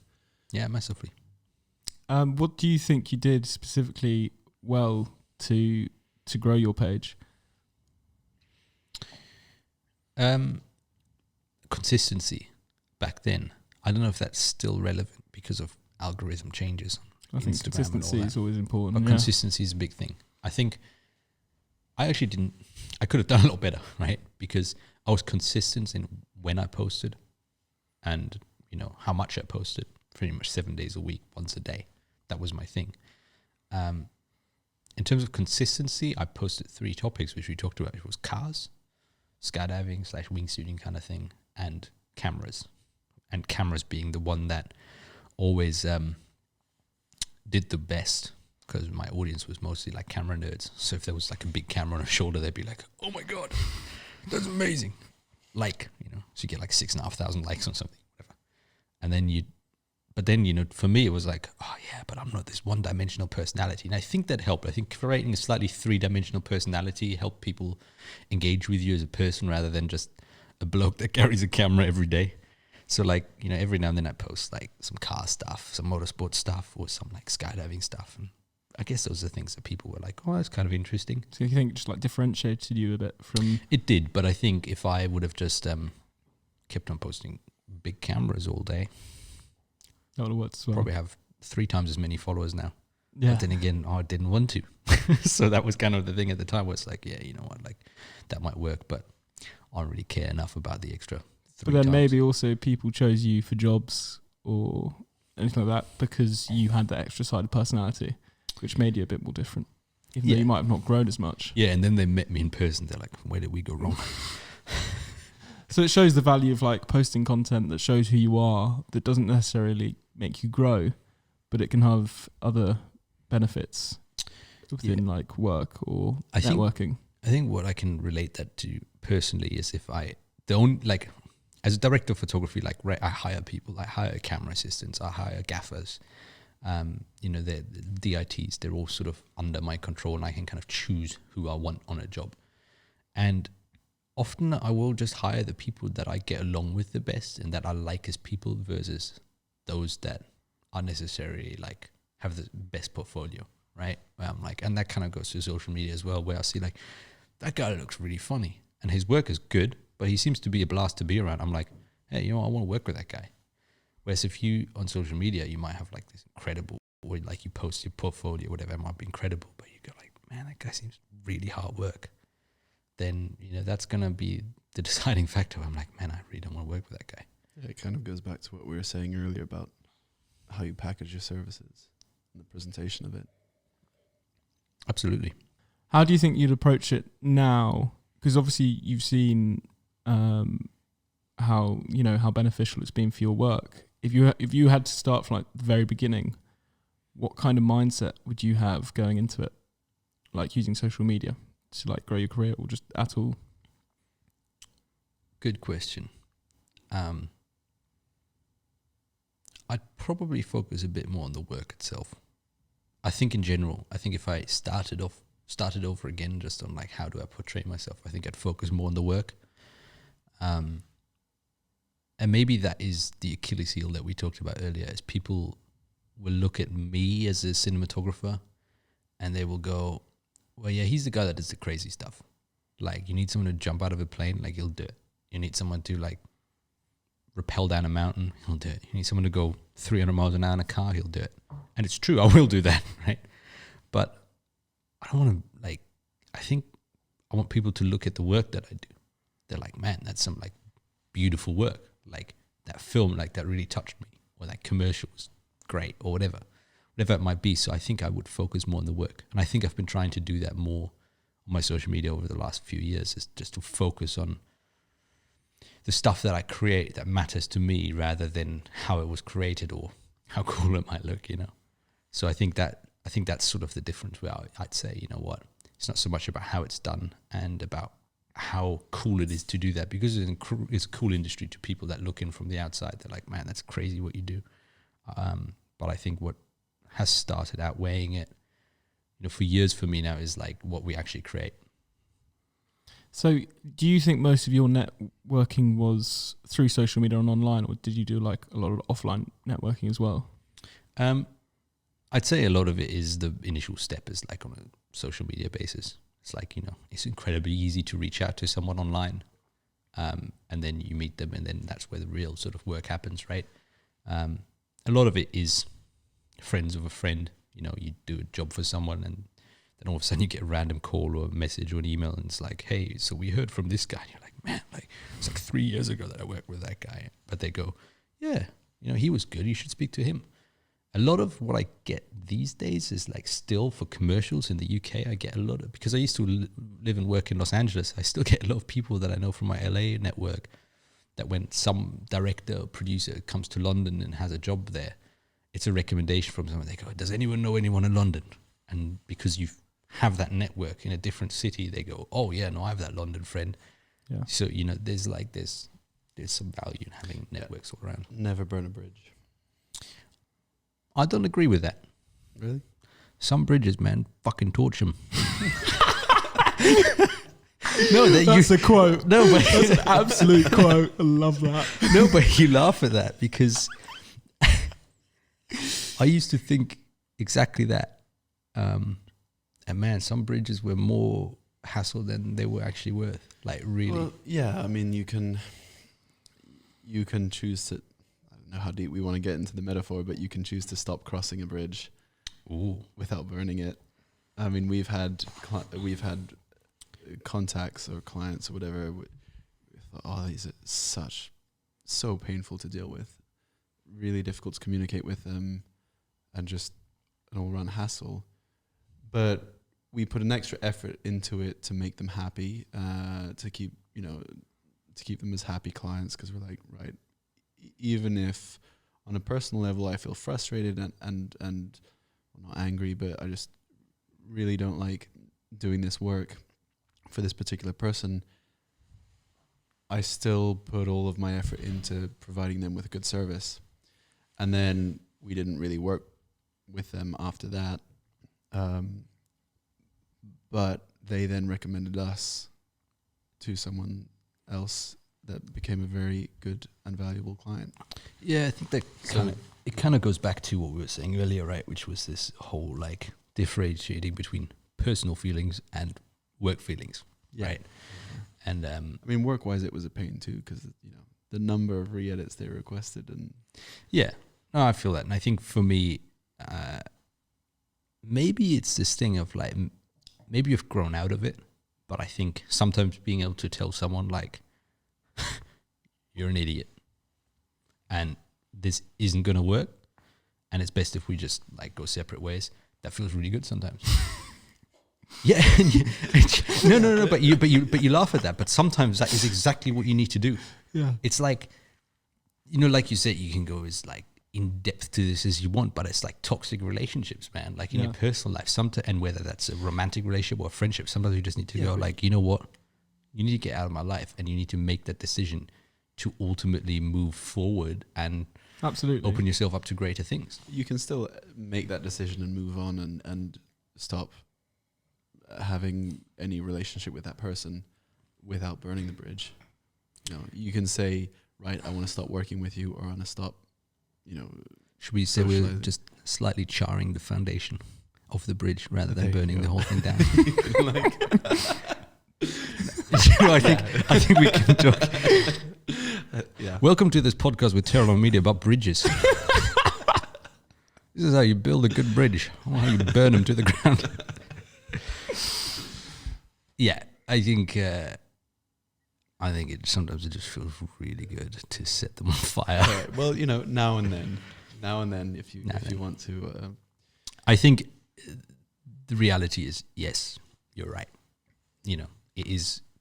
Don't try and burn the bridges, because you never know A, who they know and who they could talk to about you burning that bridge, and B, they might not feel about like the same way that you feel, about it. Like you said, like you might absolutely hate their guts and working with them, but they're like, man, that guy's great, or that company's great to work with, right? So, yeah, there's some truth to that. Can I just take a moment here to say we don't hate all our clients, in case any of them are watching, except for. No, I mean, it's very rare, and a lot of these stories that I'm talking about are from the early days, and they are purely fictional. Yeah, I made. I love everyone that I work with as well. I made them up. No, and listen, I think 99% of people that I've worked with have been absolute pleasure, and those that haven't been a pleasure to work with, trust me, they'll know. There is no middle ground there. It's I didn't enjoy that. Thank you very much. We won't do that again. I 100% agree with that. And that raises the question: why am I on this podcast with that guy? This guy? Julian's had his. So yeah, you can edit this anyway. If I point this direction, you could just cut it and just put. We'll have Guy standing in the background at this point.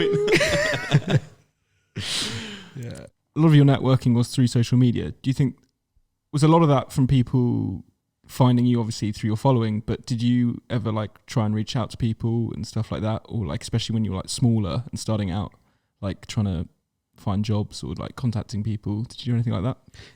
Yeah, a lot of it. You have to be proactive in this industry. Like nothing is just going to come to you. I think it's sometimes you just need to kind of go out of your comfort zone and like cold call someone or cold DM someone. I guess that's the term for 2020. Did you do a lot of that then? Oh yeah, more than I'm willing to admit. Sliding into them DMs. Yeah, I was sliding into the DMs before it was cool, before it was a meme. That's how we met, wasn't it? Is it? No, it wasn't actually. We can go into that We in met a on second. Grindr. Anyway, how do you think you can like do that effectively then, or like how what's the best way to go about that? How do you effectively slide into someone's DMs? Yeah, that's essentially what I'm trying to ask you. Yeah. This took a turn, didn't it? For the tips, people out there, yeah. How do you effectively slide into? Because there's DMs? obviously like there's definitely a way you can do it that can probably just be quite irritating and not very genuine. So I'm sometimes on the. I guess the best thing is I'm on the receiving end of this as well from crew. So maybe that's the best way I can describe it, because I don't know what my DM's effect on people are that I want to meet. So maybe the best way to describe it is like what I feel when someone messages me about wanting to work with me as a camera assistant or as whatever. Don't send 25 messages. It's annoying. Don't direct message me on Instagram, Facebook, Twitter, LinkedIn, MySpace at the same time. That's really hard to deal with. I'm feeling some resentment here. And even find my WhatsApp Pick and one. then send that too. It doesn't work. So just like be concise, go for one platform. Find out where that person is active the most. See what, you can get a sense of what people do. What they're posting. Like you kind of like, is that an email person or is that an Instagram person? So tailor your slide. That's another quote. tailor. Hold on. Tailor your slide. And no dick pics, please. Yeah. You can cut that out, Santi. Be very specific and be confident in your approach. There is no point in being like, oh yeah, I'd like to do this and it would be great if we could do this together. And I think I've done this and, I can do that. Like, I think you need to be incredibly you need to be confident and be specific with what you're asking them, right? If you want to meet someone for coffee to do a job, say exactly that. It's like, hey, I dig your work. If you don't like their work, maybe don't even comment on it. Just say, hey man, like, I'd love to meet for a coffee. I'm in town. Like, would you let's meet. Generally reply to DMs like that though? Or would they have to like It kind of show something that do you know would what? make you reply? Do you know what I mean? I think like if someone messaged me, say on Instagram, that's a camera assistant, right? It's like, they're like, hey man, most of the time I already know their name because like this industry is fairly small, like, and you will see it on social media. Someone's tagged someone here or there. Someone's talked about someone. So you're like, I already kind of know who you are. So like when someone reaches out, I've kind of decided on whether you want to meet them or not. So I think that goes back to building a profile, right? It's like the beauty with my profile often is like, when I meet someone, you're already in the same circle. So the name has already been around. Now, then the question is whether it's been around a good way or bad way, right? So when you message them, it could be a minefield or it could be positive. But it's just being like honest, authentic. Authenticity goes a long way in this industry, man. People look straight through your bullshit. So you might as well cut it out in the first place and just be honest with it. I guess what you're saying is a lot of the time is if you know someone, you're way more likely to respond to them or to give them that time.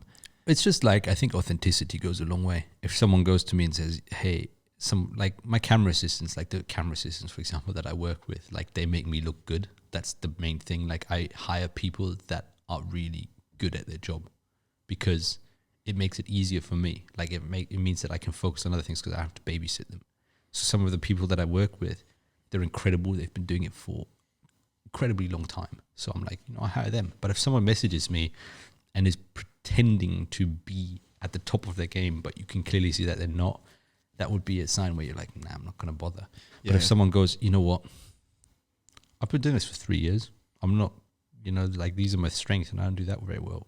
A, I will respond, and B, I'll go, shit, there'll be a job for you someday. Because I don't do jobs that are top level all the time. I do stuff where I'm like, man, like I can learn, you can learn, everyone can like do something. So I think that really helps.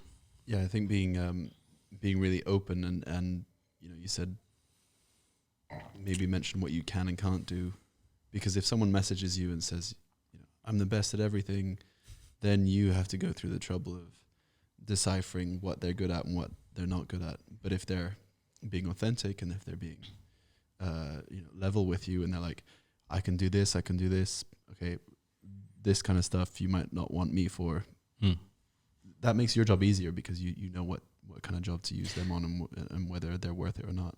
And at the same time, right, the surefire way of not ever getting asked back is if you say, I can do this really well, and then you hire them for that, and then they fuck it up. Yeah. You're like, yeah, no, I don't want any of that. Has there ever been a situation where you haven't heard of someone before and they've approached you in a way that has caught your attention and has led to a relationship and jobs? Absolutely. Yeah, it happens all the time. And it goes back to if I get a good vibe of someone, easy. Is that generally what you go off? If someone has like a vibe that through their profile and what they're posting? Yeah, and a lot of the times when someone like messages you and goes, hey, like this and that, you're just like, how about you pick up the phone? If someone's going to if someone picks up the phone and calls you, that by itself is a quality where I'm like, cool. Without any previous Man, sometimes, if someone calls me out of the blue and goes, hey, I'm a camera assistant, I want to work with you, you're like, I'll rate that. Like that puts you like in the top 5%, because people don't pick up the phone and call people anymore. You're now going to get a load of calls. Instagram. First thing is like, maybe how did you find my number? My number's right here. Well, it's on my website, so it's not. Yeah, I guess so. No, but that's the thing is like, it's very easy to direct message someone on Instagram. Like, that's true. And it's very impersonal. You can get a really good feel about someone just by talking to them. Yeah. A lot more than just by reading a message. Have you ever noticed that when someone when you talk to someone on the phone, they hang up the phone, they often go, yeah, okay, bye, and they develop this stutter. Have you ever noticed that? It's a bit of a tangent, but it's very strange. There's a lot of people that do that. I noticed they're like, okay, maybe it's the in-person one. It's like, bye, okay, bye. They get more and more high-pitched. You just do that to people. No, but I find like... Is that just me? One bye is enough. Right. Don't need 17 of the bloody things. Back to get on to some actual points. I think I've got something to say here. I think that's fresh. I've heard that before. No, Santi has entered the game 2 hours into the conversation. I think what we're trying to say here is generally... This audio level's going crazy. Okay, let's start that again. Okay. I think what we're trying to say here, from what I've heard from both of you, is it's all about the vibe that you get from someone. So people need to try and look at how they're portraying themselves and show their personality as much as possible and being authentic. That's the one. That's the one, really. It's like... Yeah, I definitely agree. Don't pretend to be someone you're not. It's going to... is really hard work to keep that up, because at some point you're going to go into the pitfall of actually revealing who you really are. And that might not be a bad thing. People might actually prefer that, but you've built up this idea that you need to be someone that you're not to be successful or to be liked for the work that you do. So yeah, it's just being true to what you stand for and what you like doing. And the reality is, like, if you really cared about a specific part of this industry or work that you really want to do or cause that you really want to get behind, man, there is so many people in this world. There are gonna be people that you can get together with to like rally behind that cause. Like, that's just a fact. Like, don't get hung up on having to change what you want to do and who you are because you think otherwise you won't get any work. Like, if you really care about, or if you really get behind what you care about, people are going to notice that, and that will ultimately lead you to be successful. And allow you to connect with people that care about those same things, and that's what allows you to connect with those things. 100%. So basically, in terms of social media, is post about what you care about. What you care about, yeah, and just be true to who you are. And it took me a while to realize that. Because otherwise, it will shine through that you're not being real. Exactly. Well, don't forget, you can also, on the flip side... Or you can just pay someone to do it for you and just build an image to them. Well, the flip side of that is if you, dress for the job you want. We were saying about that earlier. What the job you have. Yeah, God, all these metaphors today. It's Julian. Julian's coming out with all these metaphors. No, but it's something that I believe in order to grow, you have to take some risks. And yes, you have to be authentic and true to yourself. But you can also do that at the same time as, maybe there's something you feel a little less confident about. Yeah. But you want to chance it and try it and take that risk. But you can still do that whilst being true to yourself. Yeah, it's true. But as long as you evaluate the risks and that you say, okay, I'm going to take this risk to grow, but I have a backup plan in case I fail at that. So a practical example of that is that when we first started out, a client would say, "Can you do this?" And we would have no idea. We'd say yes, and then go away and figure it out. But the quote we had sent them for that job we'd said yes to would be enough to cover hiring someone else who knew how to do it for us. Yeah. In case we couldn't figure it out. Yeah. So that's there's be authentic and be yourself.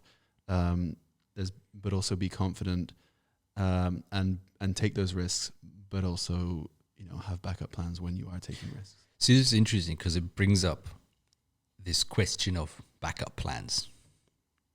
Because there's if you've ever spent time on social media, which we all have, there's always these social media entrepreneurs that will go, yeah, if you have a backup plan, you're never putting 100% into your A plan.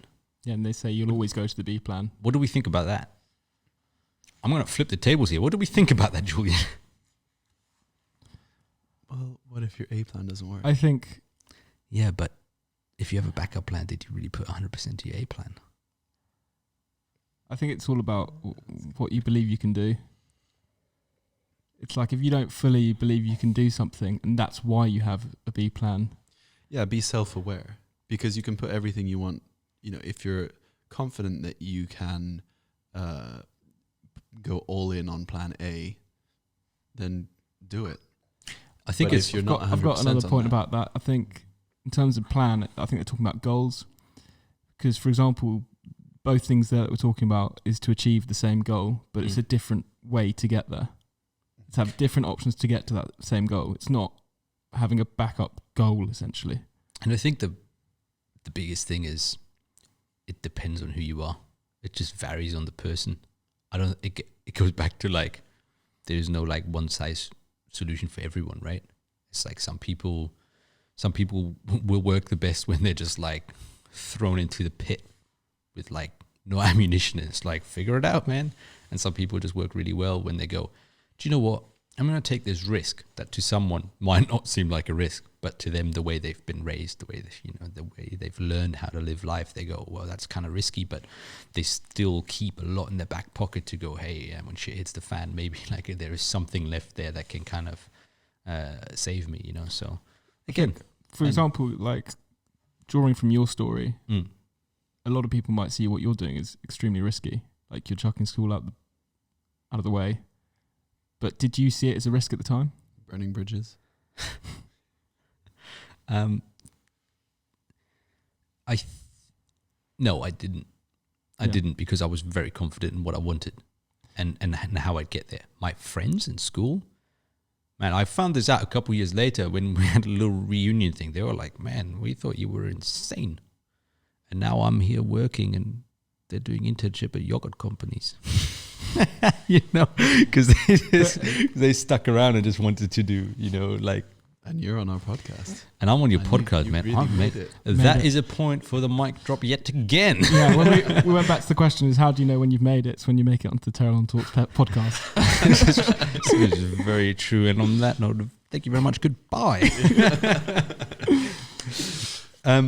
Yeah, but wait, we were talking about. I've got a point. Yeah. Yeah, no, go for it. So, yeah, in terms of backup plans, and as you said, you had that full confidence of being able to make that, and who knows where that comes from. I guess that just comes from your own self-belief. But if you didn't have that confidence and you were making a backup plan in terms of, I don't know, maybe you were studying at school or something, it would have meant that you wouldn't have been able to put as much energy into creating this career for yourself.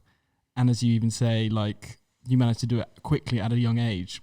with that backup plan that most people would say is a good idea, there's no way you would have reached that success in quotation marks so quickly. I think my and this is where I'm going to have to be honest about this, right? People don't like talking about this. I think one of the big things is also acknowledging when you have the privilege to not have a backup plan, right? This is the one thing that no one will talk about because it's not cool. It's not clickbaity. It's not like, hey man, this guy's a self-made guy. Like, it's less inspiring, you know, whatever. But yeah. Well, is it less inspiring? Well, because at the end of the day, right? Like, put it this way: I come from a family that's always encouraged me to like follow my dreams. As cheesy as that sounds, like I'm also come from a family that's decently off. Like, you know, like I went to, you know, I moved around. Like I lived in Germany, I lived in the Netherlands, I lived in the UK, like with my family.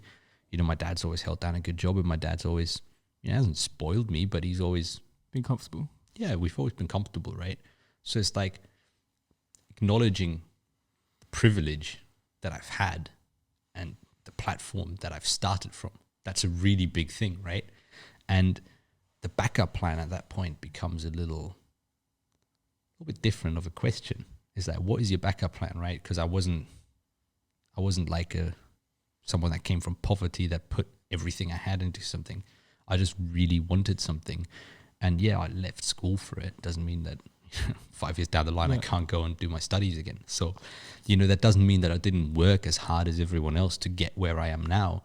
It just meant that I had the ability to go, you know what, like if everything goes tits up, I can always move home, you know, be slightly frowned upon. My parents would be like, dude, what are you doing here? But you're still comfortable enough to do that.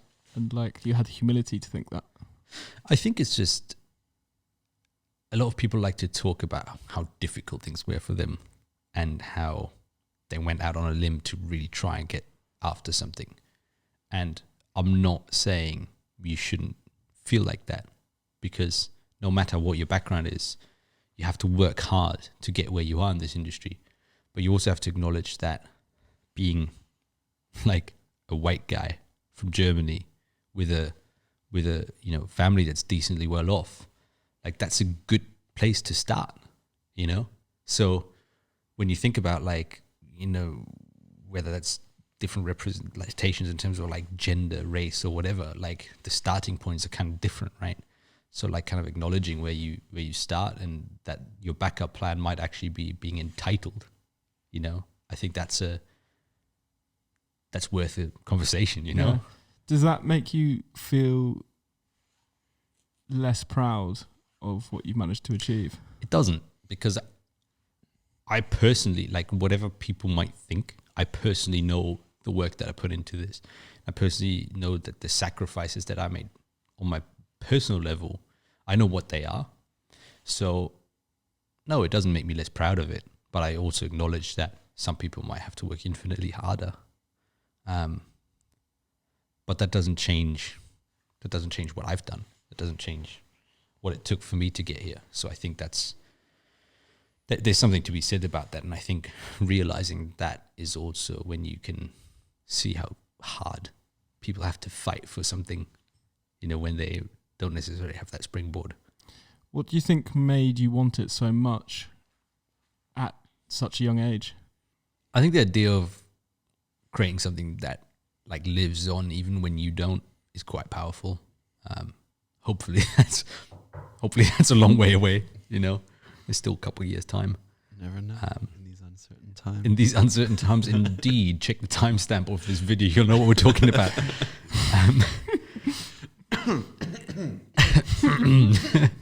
Yeah, you know, I think that was always quite an interesting thing. It's not necessarily the reason why I do this. I think the power of being able to change someone's mind, not necessarily trying to like brainwash them or necessarily convince them, but to actually like go into the head and have them change because they're being like kind of changes people's perception through something. Yeah, because they actually feel touched by something and they think about it. I don't think film is necessarily a thing where you then walk out of the cinema and all of a sudden you're like, man, that's different. But I think it changes people's viewpoint on things and it encourages people to think for themselves. I think that was always quite an interesting thing. And that's maybe why in the future I want to do projects that are more sort of meaningful in that regard, that will be able to change people's perception on things that really matter. Was initially financial success that important to you, or was that never really? Mate, massively. Yeah. Like, and that's not a sexy thing to say. I think, I think there is, in this industry, people go like, well, money doesn't matter, it's the art, right? But I think, yeah, there was a driving factor of like, what can your turnover be every year? And what can you make in terms of financials, and like, how much can you get someone to pay you per day? That's like, that sounds really unsexy, but the reality is like, that's a really good feeling when you can get someone to pay a lot of money a day and say like, they value this much that they're going to pay you that, because that is proportionate to the trust that they put in you to deliver, right? At the end of the day, there's like, yeah, some people might pay you a lot of money because of your creative vision, but also people pay you a lot of money because they think that you can get the job done, and that's a good feeling. Maybe that was a motivating factor. It wasn't about like how much money piled up at the end of the year, but it was more like, hey, you know what? They really value you, and this is the quantification of the value that they place in you. And that was quite interesting. And increasing that is this thing. Like, there's so many things in our industry that are subjective. Art is subjective. Like, cash in your bank account isn't. And that sounds kind of stupid, but it's like, if someone pays you more for something, then you're like, hey man, like that, you can quantify a success based on how much you're earning. I don't think that's the case anymore, but yeah. And I think that kind of comes to the point where you become more comfortable with your income, and you kind of go, hey, you know what, things are all right. And that's the point where you start paying less attention to money, I think. Did you feel like you ever had to prove anything to anyone? Shout out to my old teacher from Germany who said I'd never do anything in my life. What a dick. Man, it's true. Like, well, that's funny because he sent us a question. No, but whether this ends up on the cutting floor or not doesn't matter, because the guy was he was a torment to me. I was in school, and this was in Germany, and he before the age of 10. No, this was there was a half year window where we went back to Germany, and at what age? I was about 16 at the time. Okay. I went back to Germany, and I wasn't doing very well in school academically. Man, I bloody tanked like big time because I wasn't bothered anymore. I came into an environment that I wasn't familiar with, and my teacher was because like, you were so into your film and video. yeah, and also like I lost my friends that I grown up with. That's like part of living with an expat family. Like, you kind of get torn out of one part of life and then you get injected into this next bit. And I got there, and he was like, I remember he called my mum in for a parents' evening thing, and he was like, well, your son's useless, eh? He's never going to do anything in his life. So shout out to you, dickhead. You can personally send him that clip. Yeah, please. Well, I think he might not be around anymore. He was we'll old. Get this file to you. Yeah, exactly. Wait, Send you that. say he might not be around. You just, kicking a man who's down. No, I'm just saying he was from beyond the grave.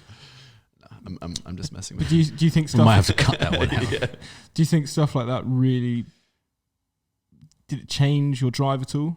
Nah, I don't No. care about those people. You didn't care. It's like, it's a funny story. Just I don't really give a shit. It's stupid. It's funny to tell that story of like the teacher that never thought you'd make it to anything, but in reality, did that have any like impact on my motivation? Nah, because that would mean that I placed too much emphasis on what that guy thought in the first place. He's just an old sad man that's been teaching for 50 years. Not that that's a bad thing to do, No. but I just didn't really pay attention to him because I knew where I was going, and I was like, man, the guy doesn't understand because he's been set in that specific academic way for all his life. So how is he going to understand that having an A+ in mathematics isn't going to change what I do in my life? Sure. Anyway, I think, Phil, you've given us some absolute gems there. No, it's been given us a really interesting perspective, and I think a lot of people can learn from it. And especially as you say, like, a lot of people talk a lot about the topics that you've brought up. And it's great to bring it some light and having a platform to talk about that.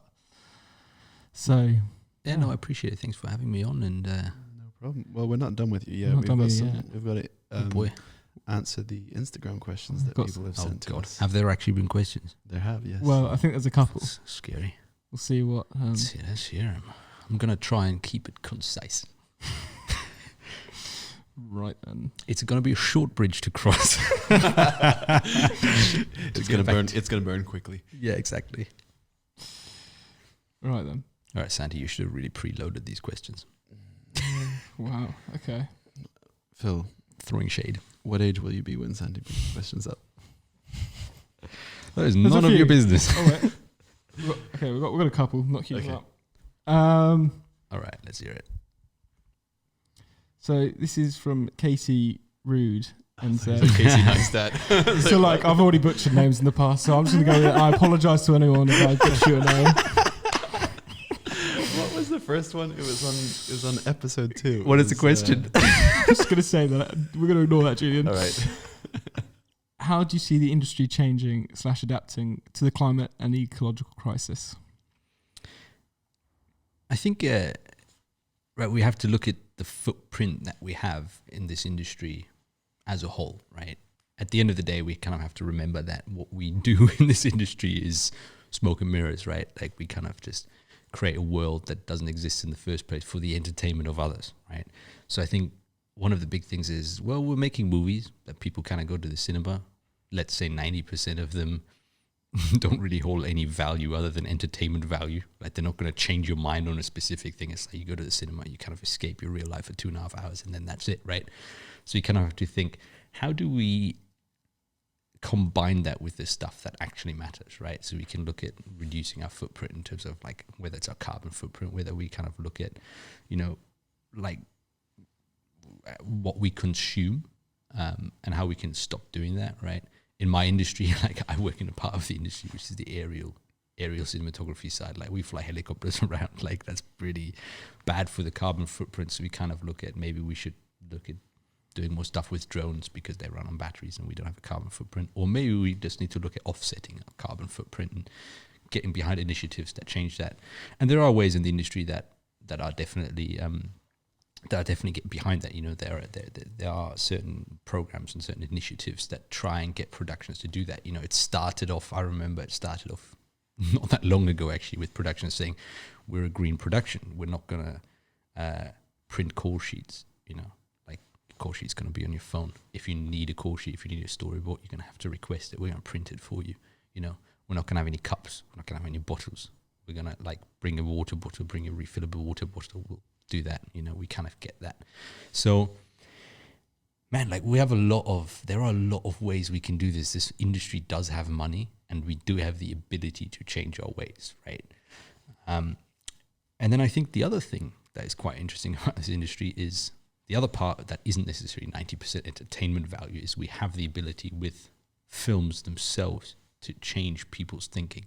And maybe that is our biggest like responsibility as filmmakers is to use our skill as a voice, right? To say, you know what, we can actually drive positive change through the work that we do. I think that is one of the most important bits because we have the ability to change people's minds.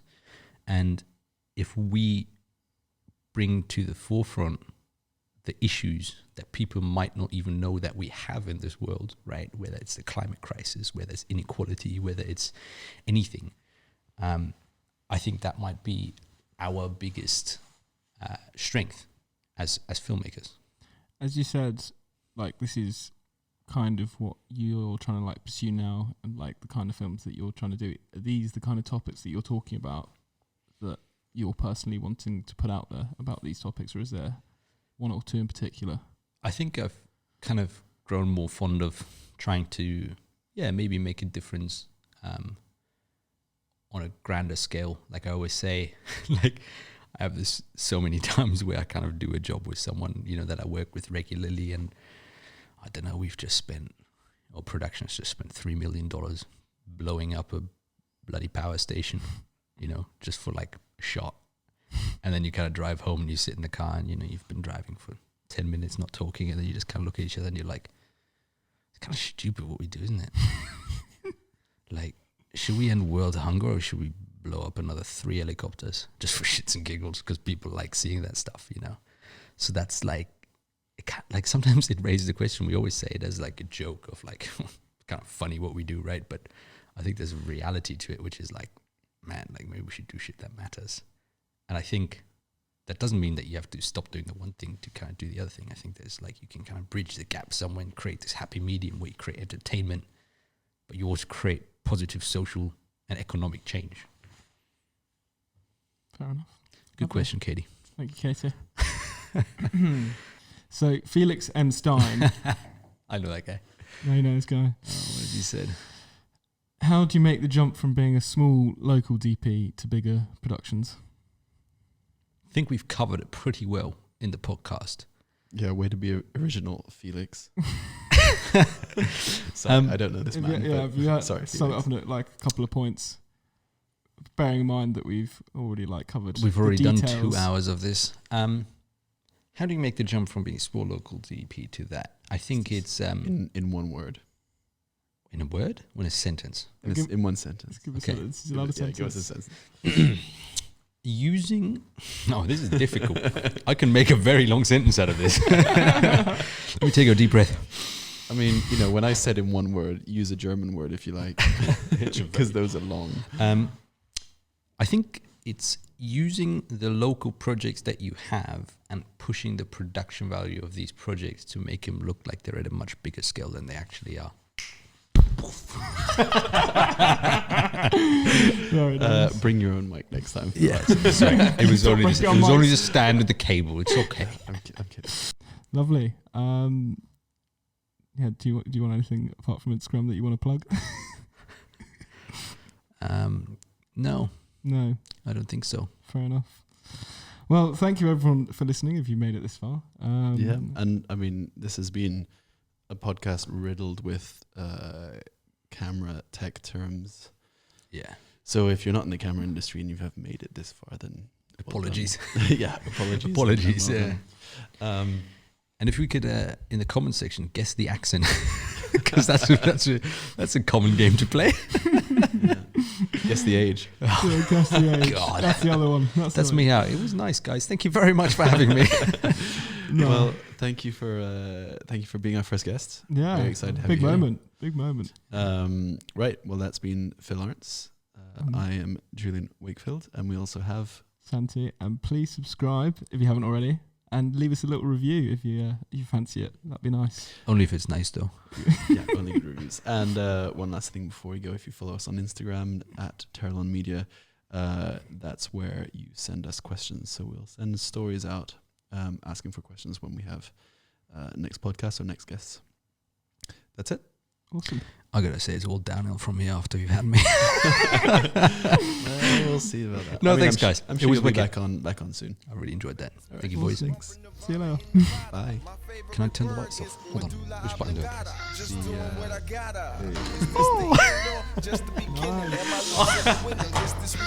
Or am I pretending? That was poetry, huh?